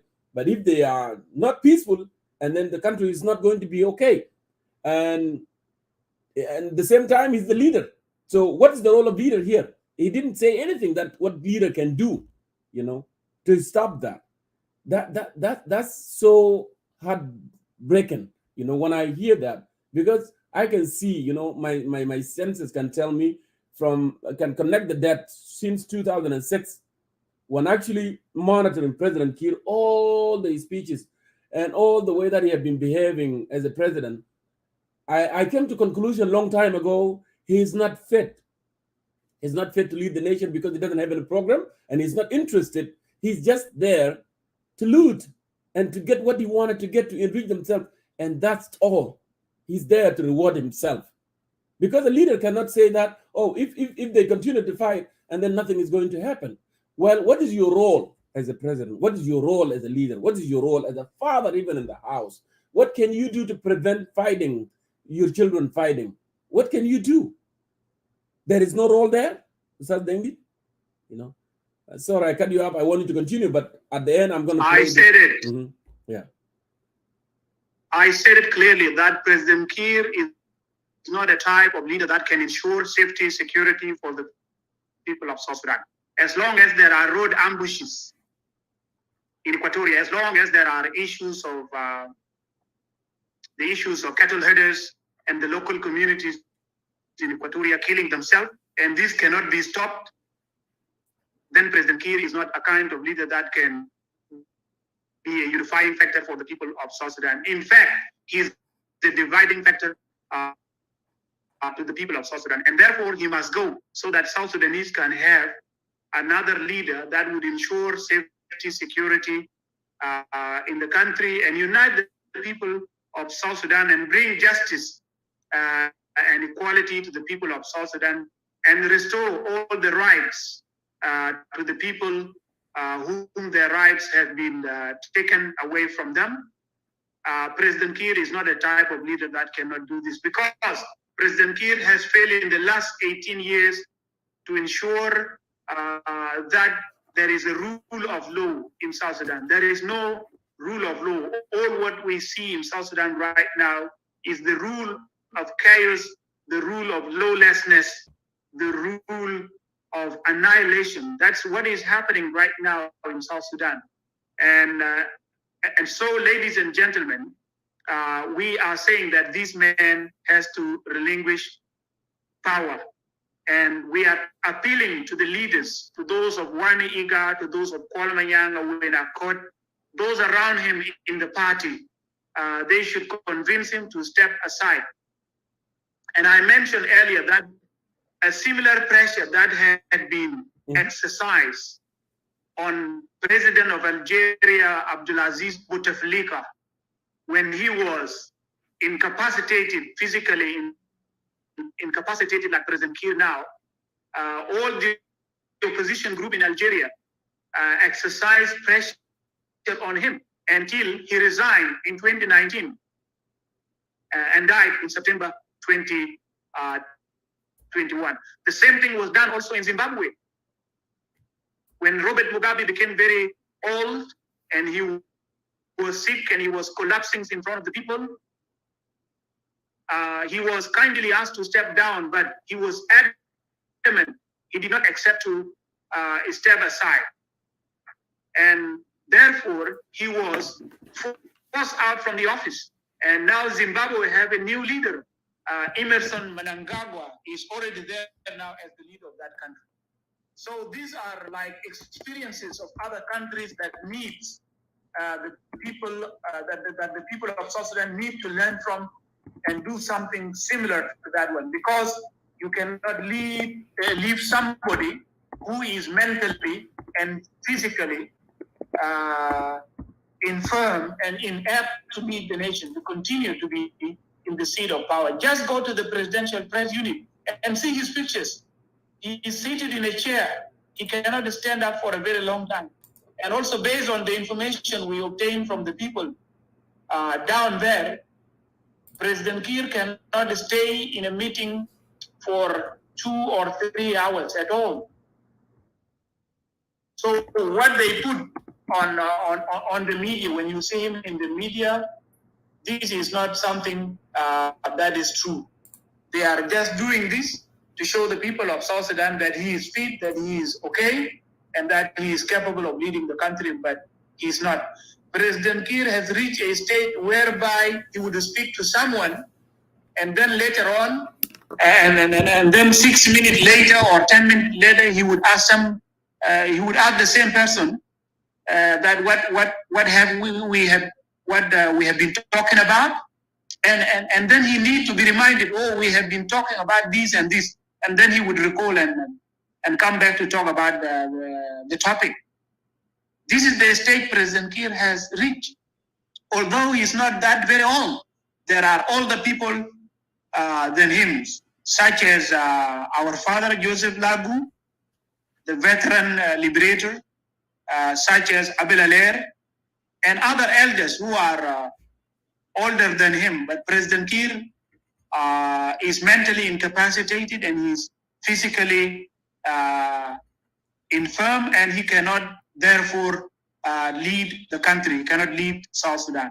So the way out is that the members of his party have to exercise pressure on him and make sure that he relinquish power and that another leader can take over. Because you cannot leave somebody who is suffering to lead the affairs of the nation. That is against the Constitution. Because in the Constitution it says when the president is suffering like this, then a team of medical doctors, those who are eminent and professional, need to check the president and write the report to the parliament, and then the parliament would install his vice president as the replacement. This is not the case right now in South Sudan, because our country, South Sudan, is a country where constitution is not respected, and it is not honored, and it is not followed. So this is what needs to be done. And we are campaigning, we are telling the SPLM leaders that this is what they can do. Because the opposition is far away from the theater of these events, and therefore they will not have an upper hand in order to let President Kiir go. And if the opposition use the other mechanisms that are available, the situation in the country cannot help, and the country can split into chaos that is more disastrous to that one of 2013, to that one of 1991, to that one of dogfight in July 2016. And President Kiir he actually want to stay in power, and he want to lead another war, because recently in Qatar, during the Christmas prayers, he said it very clearly. He said that Riek Machar has been fighting him since 1991. And I told the people of South Sudan during the New Year, if I said to them, look guys, when you hear President Salva Kiir mentioning the issue of 1991, run away for your life. That's what I said.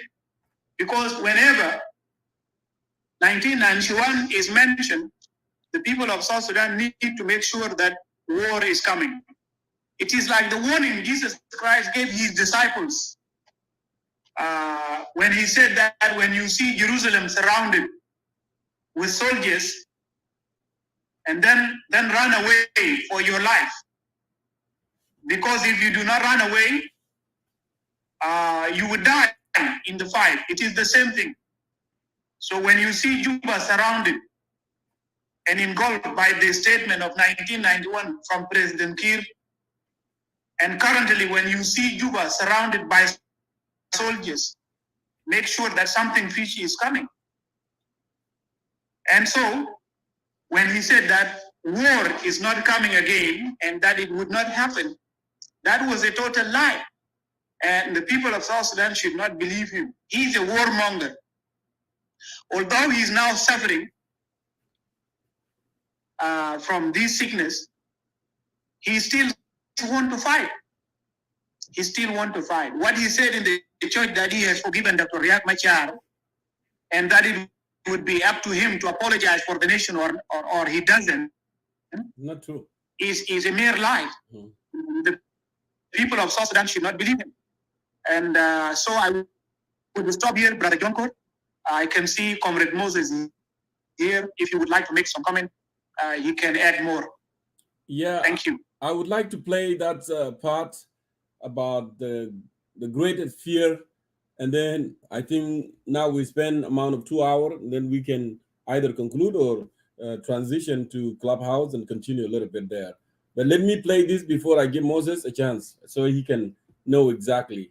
The reason we are doing this, we are connecting the dots, and this is what we have been saying for a very long time, that actually we monitor. This is our president, and we got to know how the man think, how the man behave, because he's leading the nation. He's leading the nation of 12 or 13 million. It's not just like, it's not a private, a company or something like that. If you are not capable, if you are not able to do it, and then you should not play with the life of people. And this is what have been happening since 2006, and that's why we have to investigate. We go with the event chronologically from very, very, very beginning. If anyone that come here, people who come here and watch, this concerned citizens of South Sudan, we always go back and bring this event, and we never wrong in whatever we say here. We never wrong. It's not because we don't make a mistake, but we got this right because we're following it precisely. We are so precise about what's happening in our country. So let me play that. We see him, his picture everywhere. Dr. John Garang de Mabio, he's overlooking all of this. And I'm sure where he's sitting, he is not happy with how his country has turned out. He's not happy. Nobody is happy. He is dead. We who are alive are not happy. And we cannot stop it because it is we who are doing all this row. And who do you blame? Don't you blame yourselves? Who do you have to blame? It's yourselves. Yeah. We will have to blame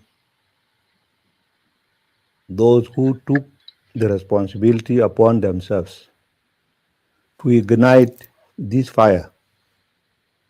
Recordings just got better.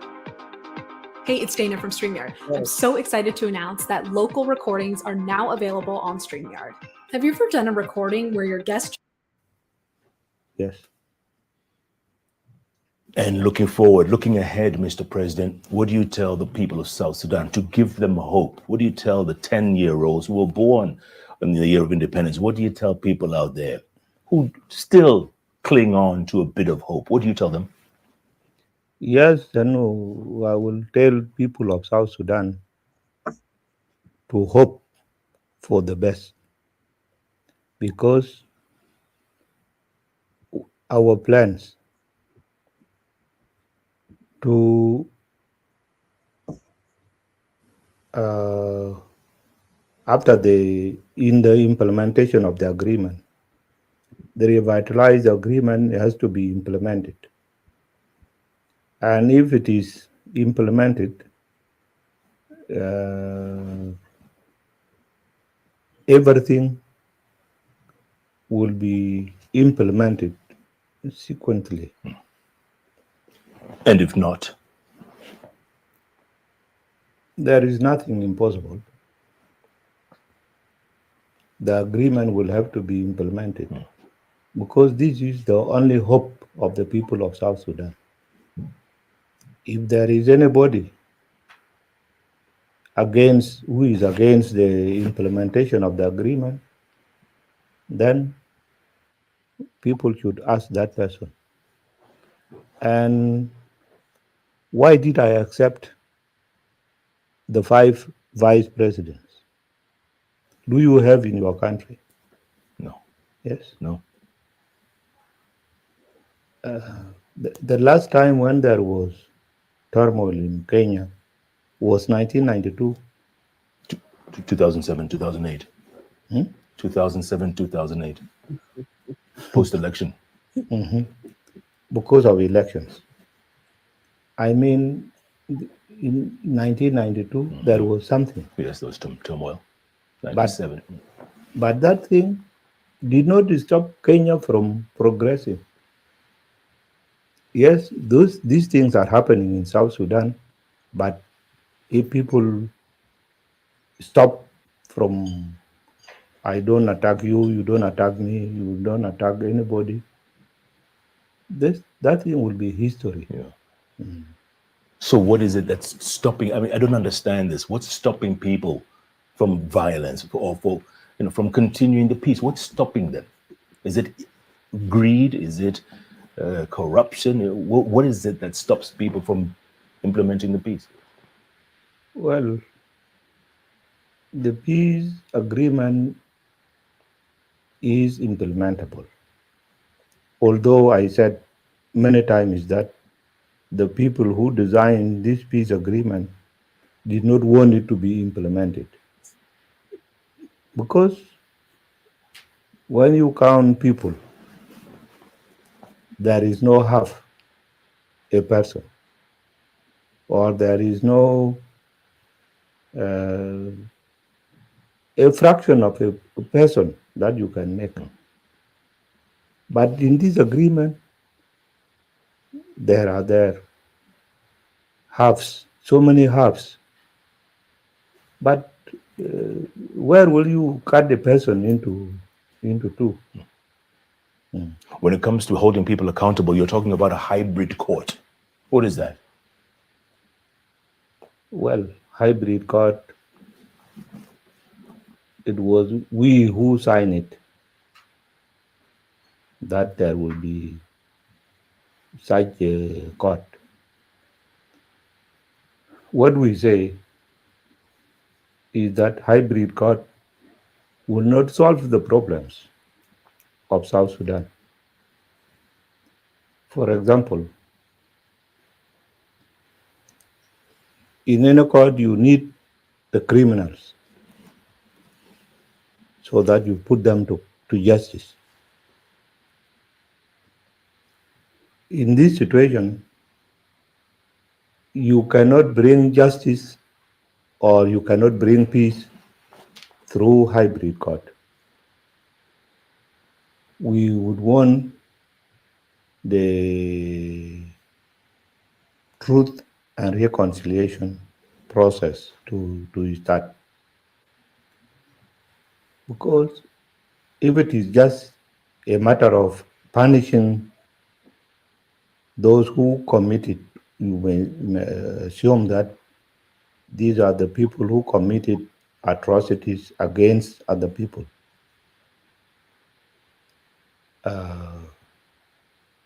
First, those who might have done that may be found, may not be found, or they may be very strong and cannot, in any case, remain to wait for the trial. They may just pack and go back to the bush with their forces. This, for us, we think that the scenario of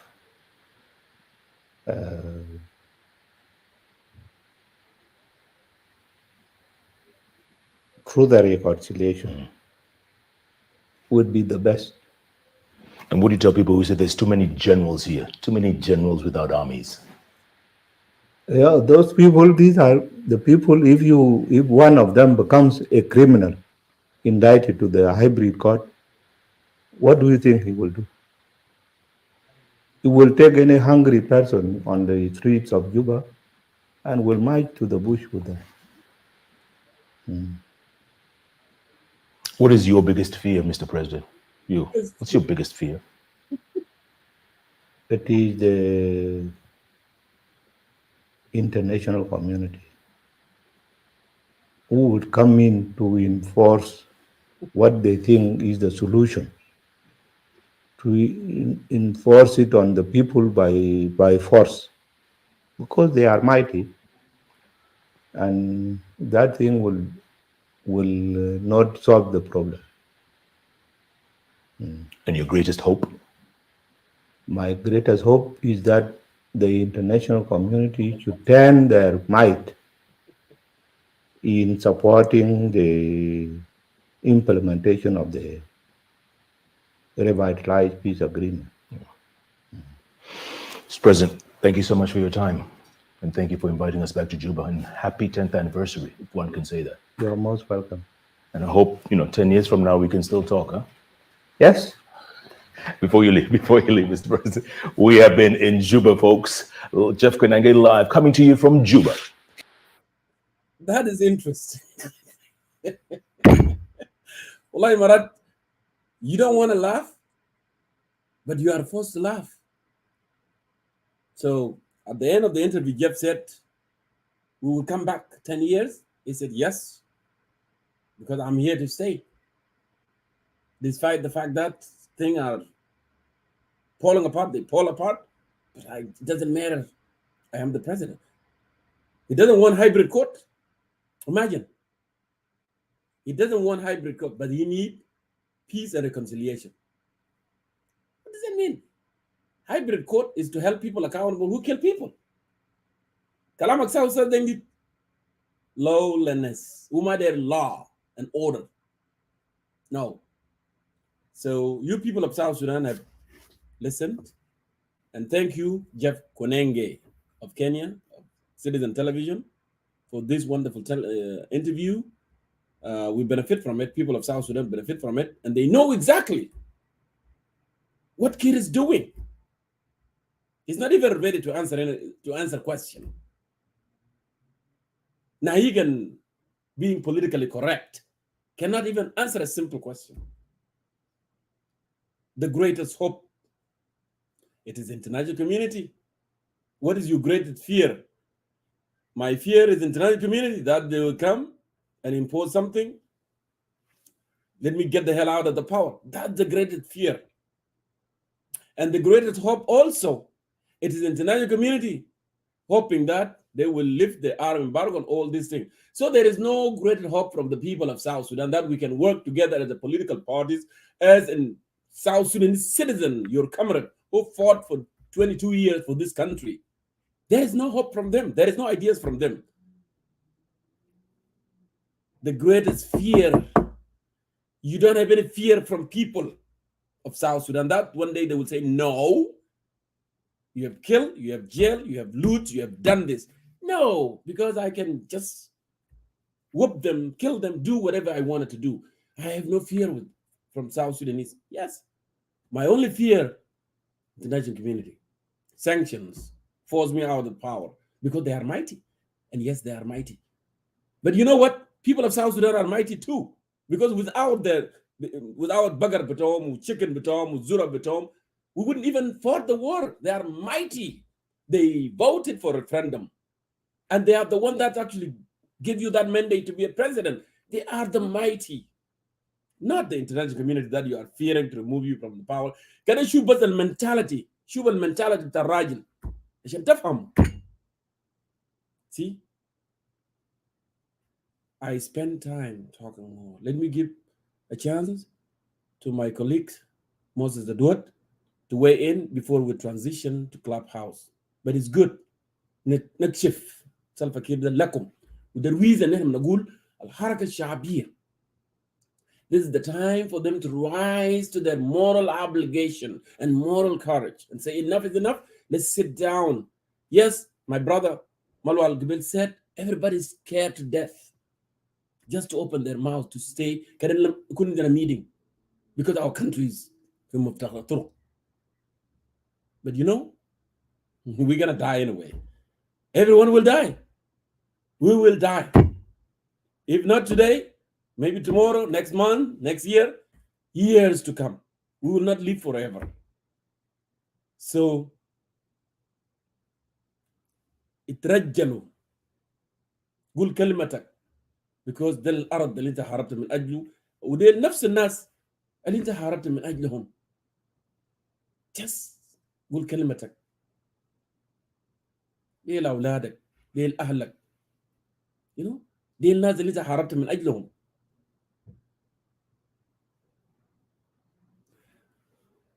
أستاذ موسى لما يبدو أستاذ عبد الله قرن معي في الاستديو. أنا داير أديه الفرصة وبعد كده we will transition to Clubhouse.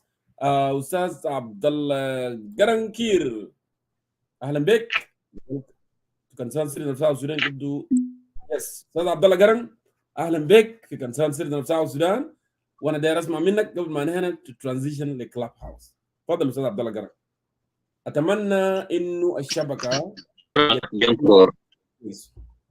تفضل. أنا بحييك في City of Concern Citizen of South Sudan وبحيي ضيوف المستمعين في فيسبوك وفي الكلاب هاوس.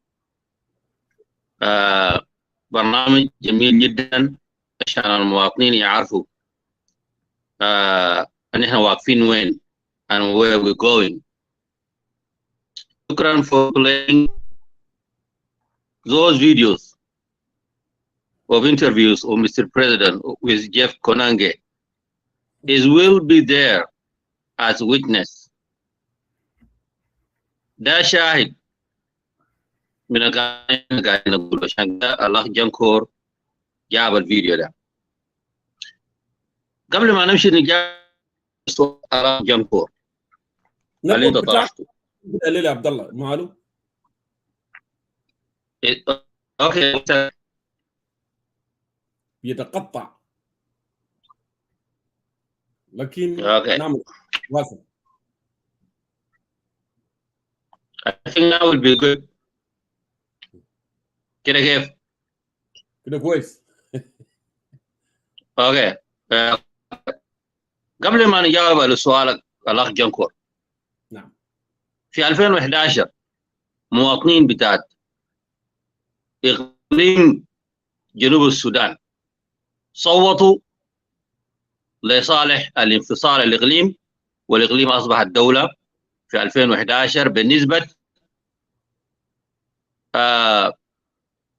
99.8. يعني أغلبية الجنوب صوتوا للانفصال بأهداف إنه البلد يكون فيها خدمات ليهم اللي هم ما لقوه، يكون في حرية، يكون في ديمقراطي. لكن للأسف الشديد من 2013 البلد ما ماشي لقدام. الأحلام من أي لم يجدوا insecurity everywhere، وبريزيدنت كير لسه متمسك بالسلطة. الناس بيتقتلوا قبيلة في عامين فبس، والرئيس ما قادر يعمل حاجة. What happened to your network today? ليه بس؟ Okay, let me update and then come back maybe. لا ما في مشكلة خلاص. Okay. أنا بدي موسس تشانس وأنت تيجي عشان كلامك Okay, give me. للمستمعين All right. والمشاهدين. موسس Okay, أنا داير أديك الفرصة وائل عبد الله is updating his system عشان ما يكون في مشكلة في نتورك. تفضل يا موسس. Thank you, Ustaz and Comrade John Kormayol. علي صوتك بس. Thank you. Yeah, I put my volume to the maximum. Okay, go ahead. I really thank you, John Kormayol, for your time and your energy and your struggle, what you are doing for our people. You are doing tremendous work, as Donald Trump always used the word tremendous. You are doing a great service to our people, more than South Sudan TV that is not offering anything to our people. I would like to greet all the concerned citizens that are watching in Facebook and in the clubhouse where I am. Thank you for your support. الكل حاجة دارين نعمل هنا عايزين نملك شعب بتاع جنوب السودان حقائق. We want to give facts and truth to our people so they can judge and make their decisions and their choices. And our decision will determine our destination or our destiny as a country. I've been watching on Facebook before I moved to Clubhouse, so I have been following you, Ustaz Jonkor. But let me thank you for playing the interview of our president, Salva Kiir with Jeff Konange.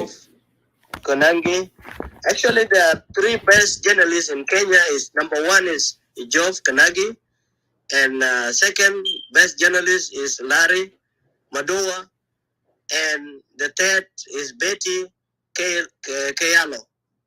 They are the best journalists, Jonkor, in Kenya. When they interview you, Yeah, and they get the message. They get what they want from you. Yeah, and biasruk they lemon kida biasira.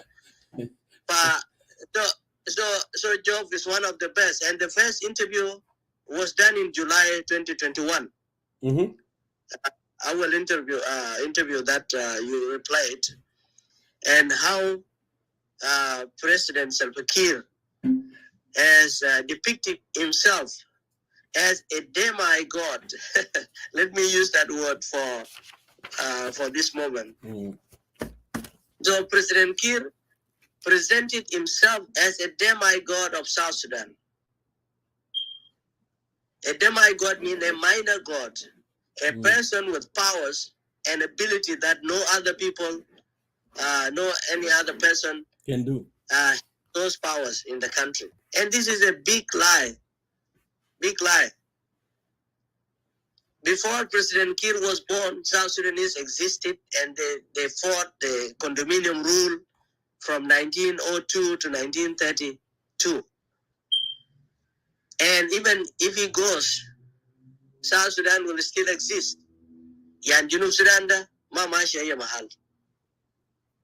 South Sudan will still exist. But we are having a bad history recorded under the leadership of SPLM. That one man that has turned to be an authoritarian, autocratic man, a dictator, is depicting himself to be a demigod. And this is not in even the culture of Dinka.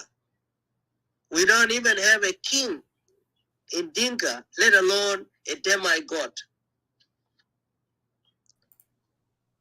So, our president was asked a good question.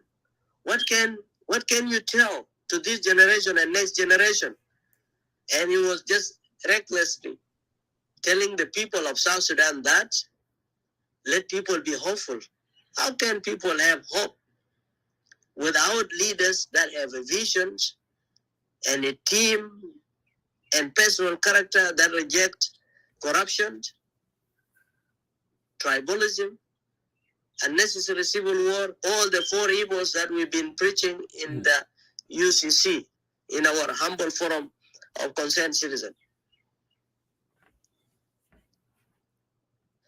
It is leaders that can give hope to the people. And the only way a leader can give a hope is through a vision where the country should go. South Sudan is under resource case, and I'm going to talk about this this weekend. President Kiir has presented himself as a demigod because he's bribing his way in leadership. He's distributing the oil money to generals that are elites, the elites, general and SPLM elites, and national security and MI, military intelligence, is distributing the oil money to them so he can stay in power. The last 18 years, what President Kiir is doing is bribing his way in leadership. He's distributing the money.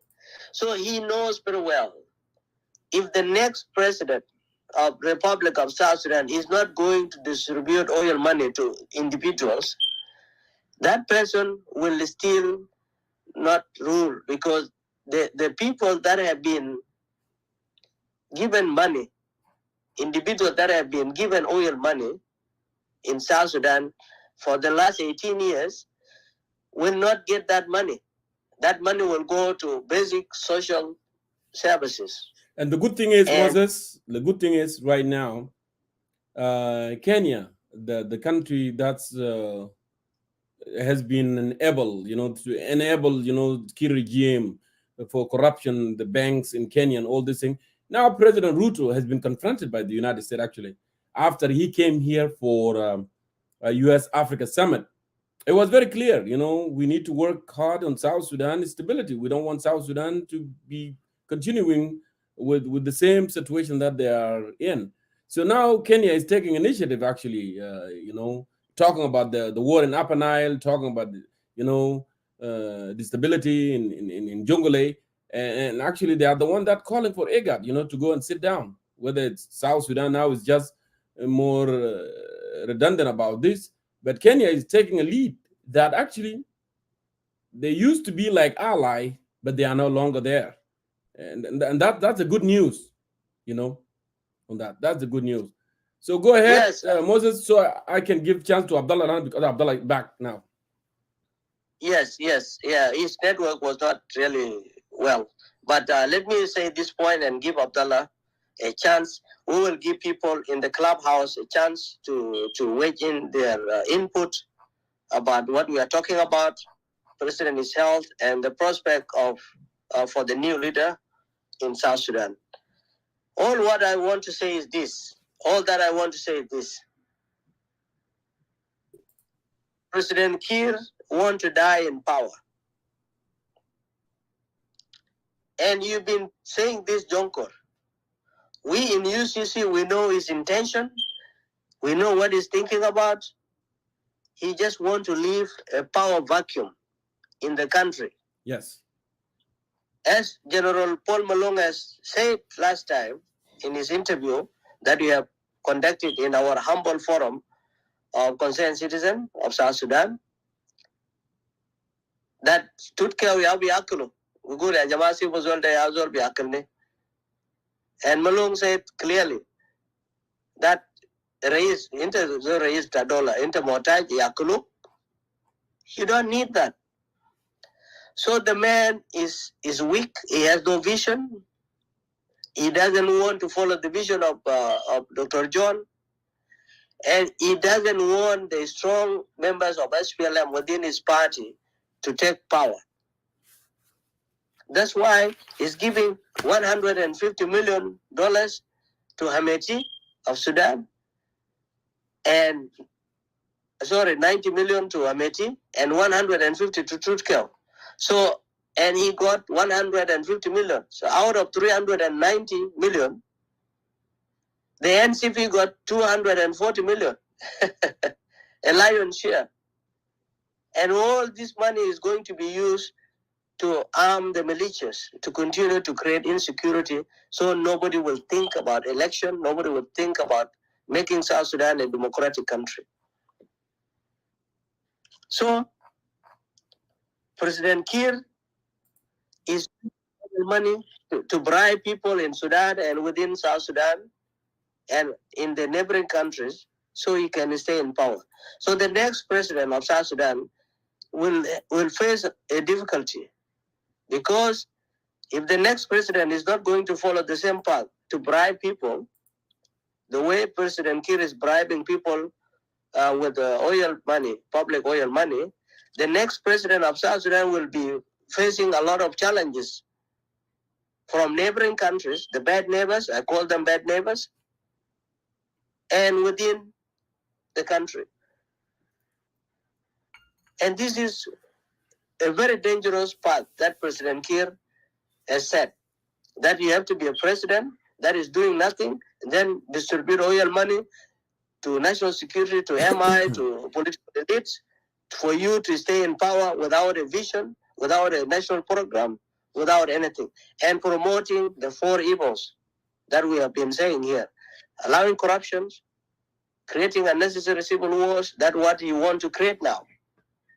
You want people to go back to war so that the people that can protect his children and his stolen wealth can come to power. That's all you want to do. Give Abdullah a chance, and then I will come back. Thank you. I hope his network is going to be better than before. Yes. Ustaz Moses, thank you so much. At this point, it looked like Ustaz Abdullah has a hard time, with the network. Let me try one more time. If it doesn't work, and then maybe we can move everything to Clubhouse, because it seemed like not. Let's see one more time. Ustaz Abdullah, I hope it's going to work at this time. If it doesn't work, then maybe we should go to Clubhouse and make your perspective there. Ustaz Abdullah. تفضل لو بتسمعنا. Yeah, unfortunately, Ustad Abdullah, there is a big problem with your network today. Why don't you go to Clubhouse and then we are moving to Clubhouse and make, continue there. Okay. We can close. I just want to point Jonkur, and then we will give people a chance in Clubhouse to weigh in. Yeah, I want to close. I want to close from Facebook though, so we can move there. Yep. Yep. Okay, because it seemed like Ustad Abdullah have a problem. Mushahidin Lafadil, thank you so much, for watching here on Facebook. And now we are transitioned to Clubhouse. Please go ahead and join us there. And Ustad Dengdi, Ustad Moses, please, welcome Abdullah. And I will join you shortly here when I close this in Clubhouse. Again, our message was so clear, to the people of South Sudan and to the rest that actually President Kiir is going for a treatment. And that require all of us, to talk to SPLM leaders. This is the critical time that they need to put all differences aside and move on and appoint somebody who can move this country to the next level without chaos, because he's interested in actually leaving chaos in the country while he's gone. So thank you so much, for listening. Thank you for watching. Next week with new program, and see you again.